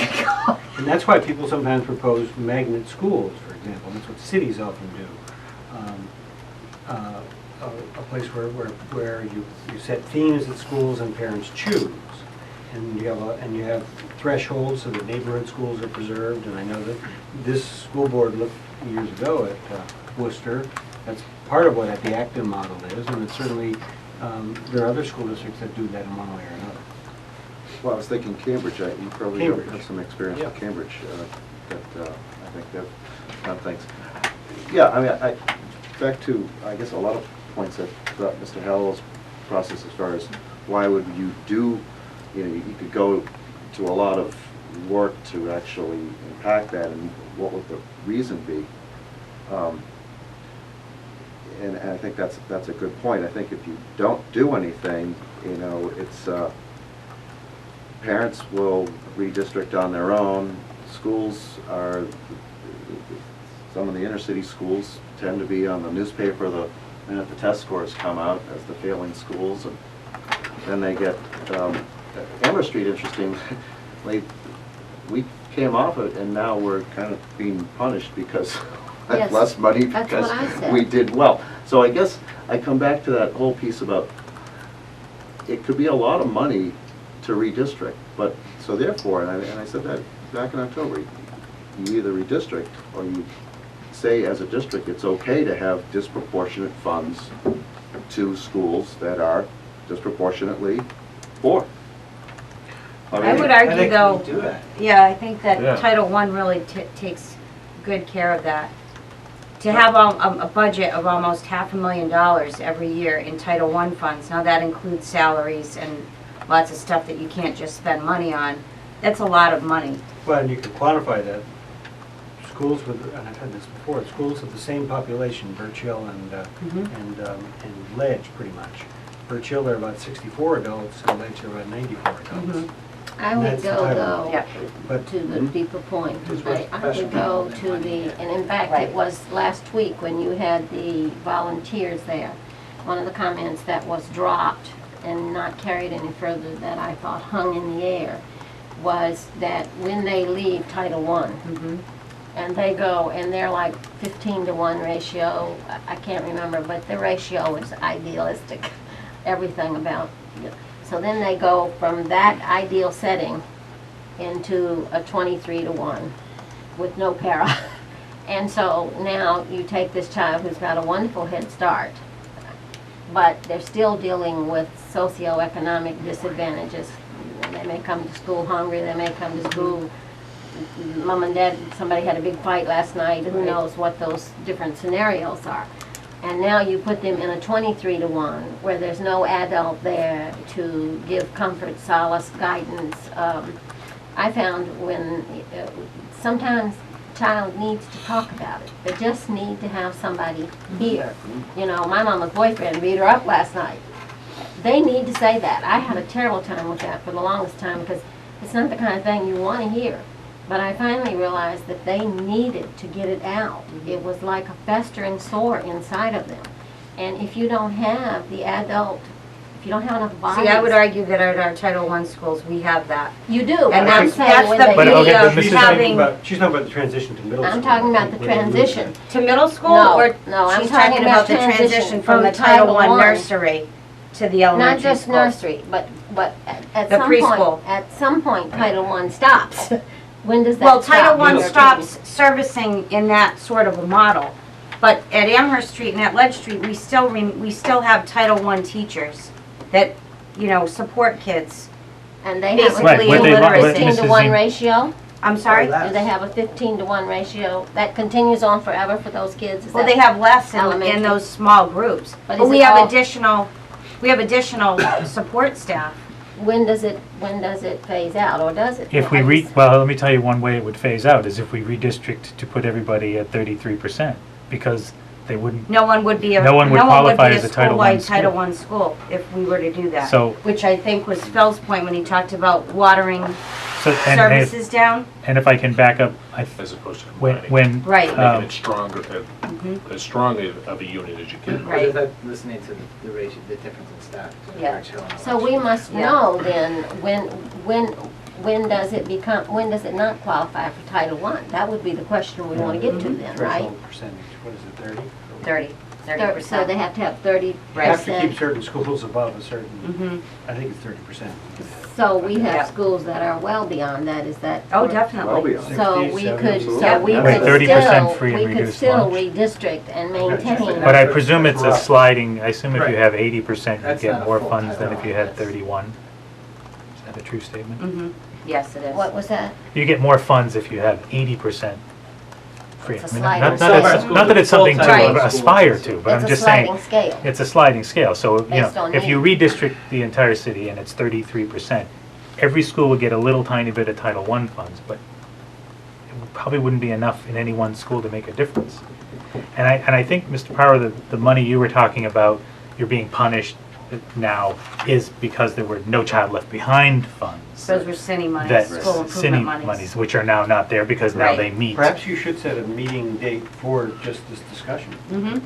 And I have to say Okay. that the Thought we were lady doing last okay. week, whose child had gone to Title I, she was clearly saying that there was a transition from her, for her child, when they left First Church going into. That's, you were right. Yep. She said She what, from the was Right, from the clearly preschool. saying, and I went over to her afterwards, and she said, I would love to talk to somebody about this, because I think there's a lot we could do to make that transition better, and I think that's one of the areas that we're doing better, this kind of conversation. Well, you know, I've it taught would be you easy to reduce class, not easy, but it would be, a good solution would be to reduce class size significantly at some of the more inner city schools, where you have kids that come to school after a really bad weekend and aren't ready to learn anything.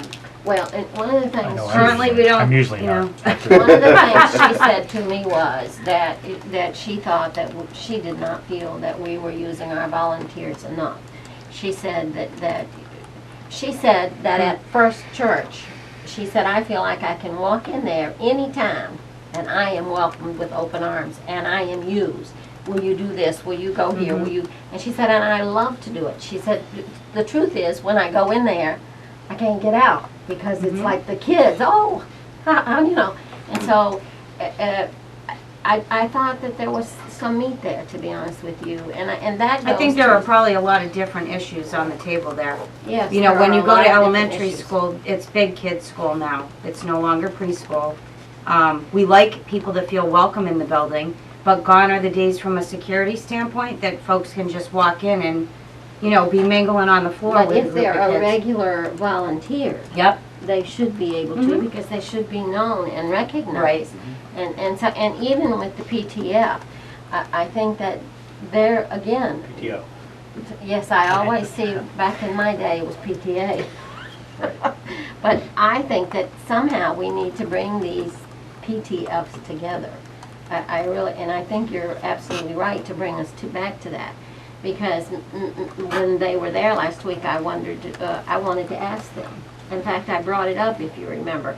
I was hoping that they might jump on it and start talking about how they felt about having, sometimes you have an umbrella, you know, like all of the PTFs from all of the different elementary schools could come together. They and sit actually down. do the president's meet.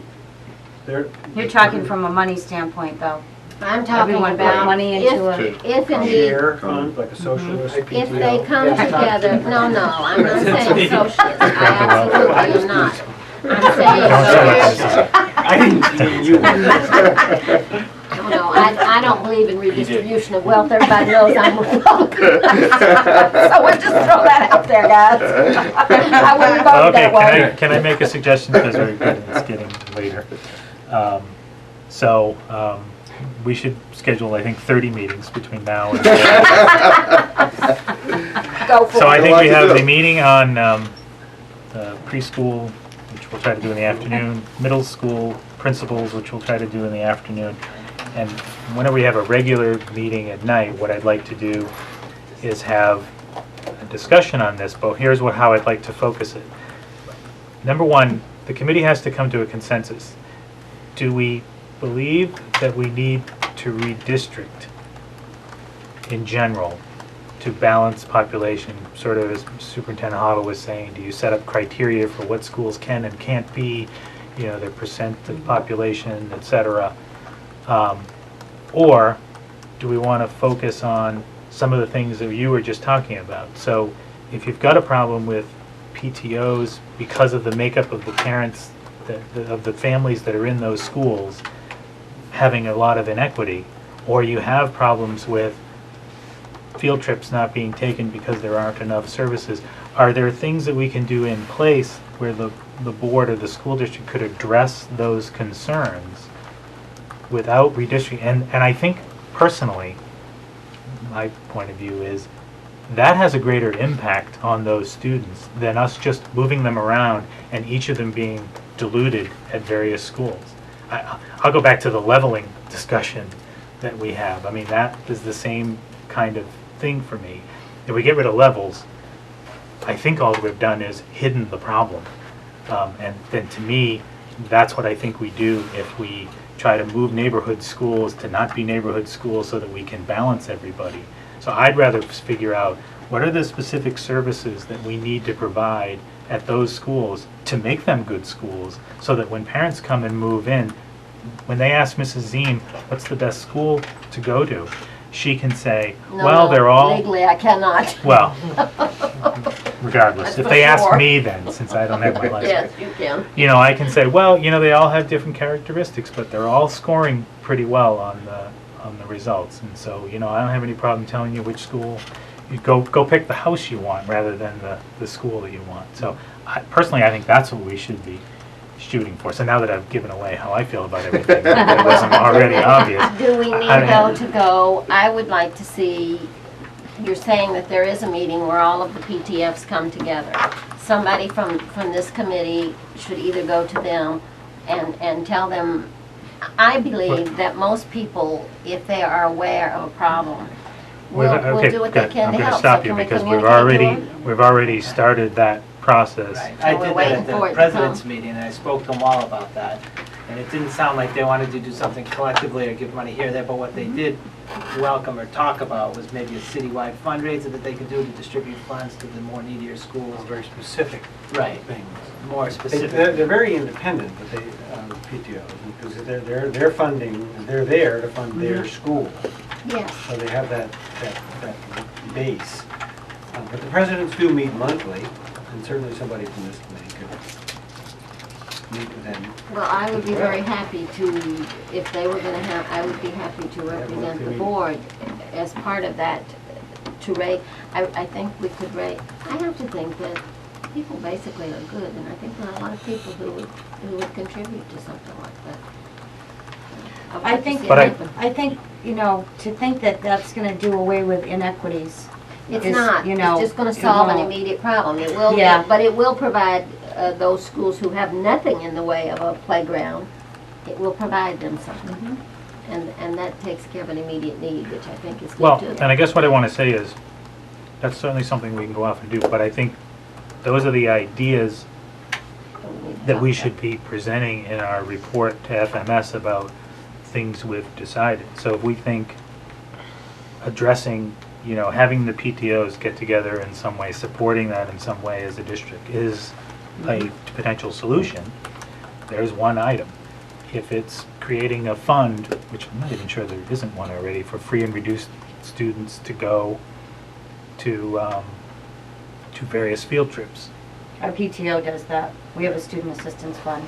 Right, Amherst Street but does maybe too. that's something we should Yeah. handle at a higher level, so that it isn't dependent on whatever PTO happens to be at that school. So, I mean, to me, these are the kinds of ideas that are tangible that we ought to be putting down on Yes. paper, which I'm not doing at the moment, but, so we should have a meeting, so what I'd like to do, I am. that's why Kim is here, Uh-huh. and that's why we have recorded, so it's. We're glad you are, thank you. So at that meeting, I'd like people to come with, you know, 2 or 3 ideas. What are the things that we can do to address some of these issues? Or to come prepared to say why redistricting is a better answer.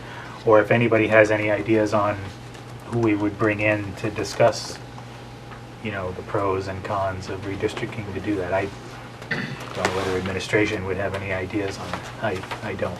I haven't seen anything that has a big discussion on that. Okay, so now we're running late. And so I don't really want to go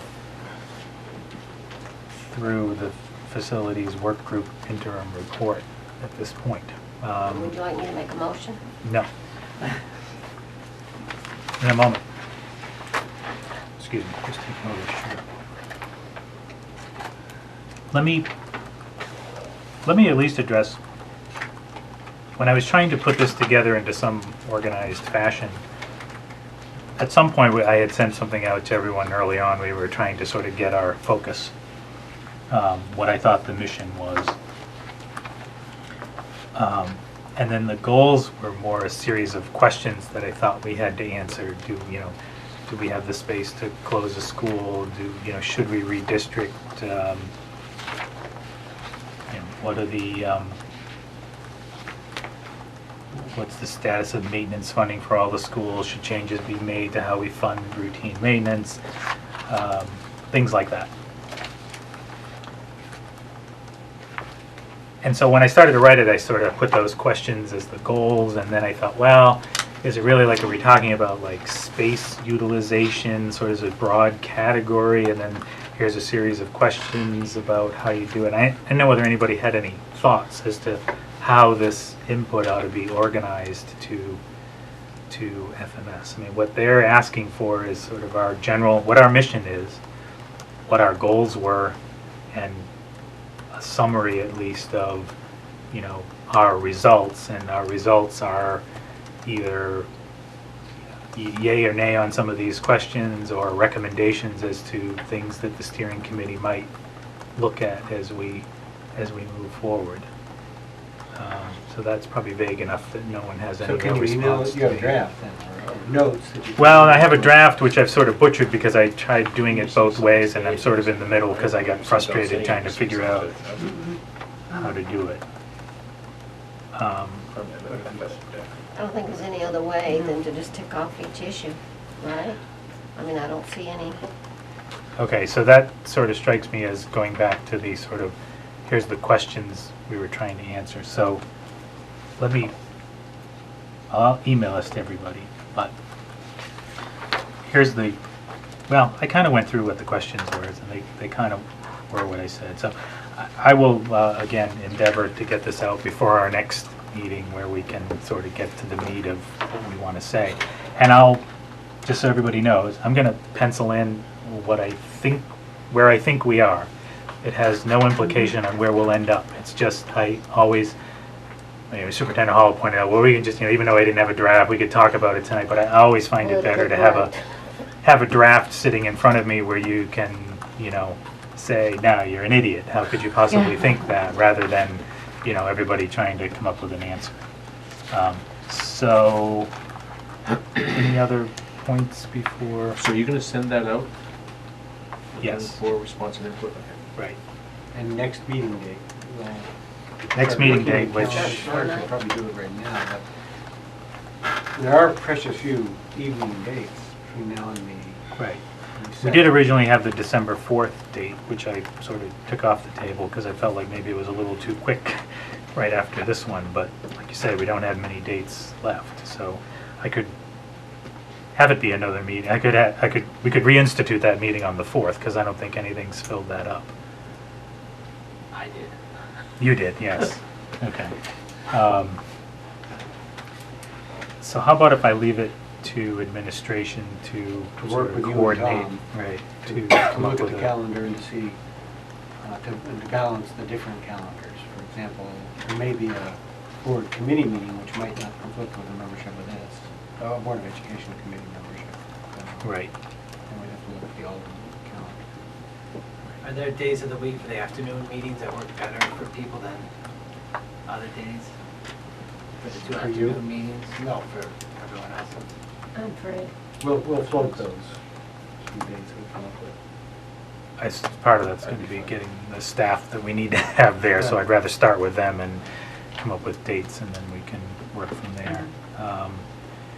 So I will let everybody know, so I'm going to try at least to be on the telecon with FMS about meeting dates. I don't know what they're thinking, whether it's early January or late January.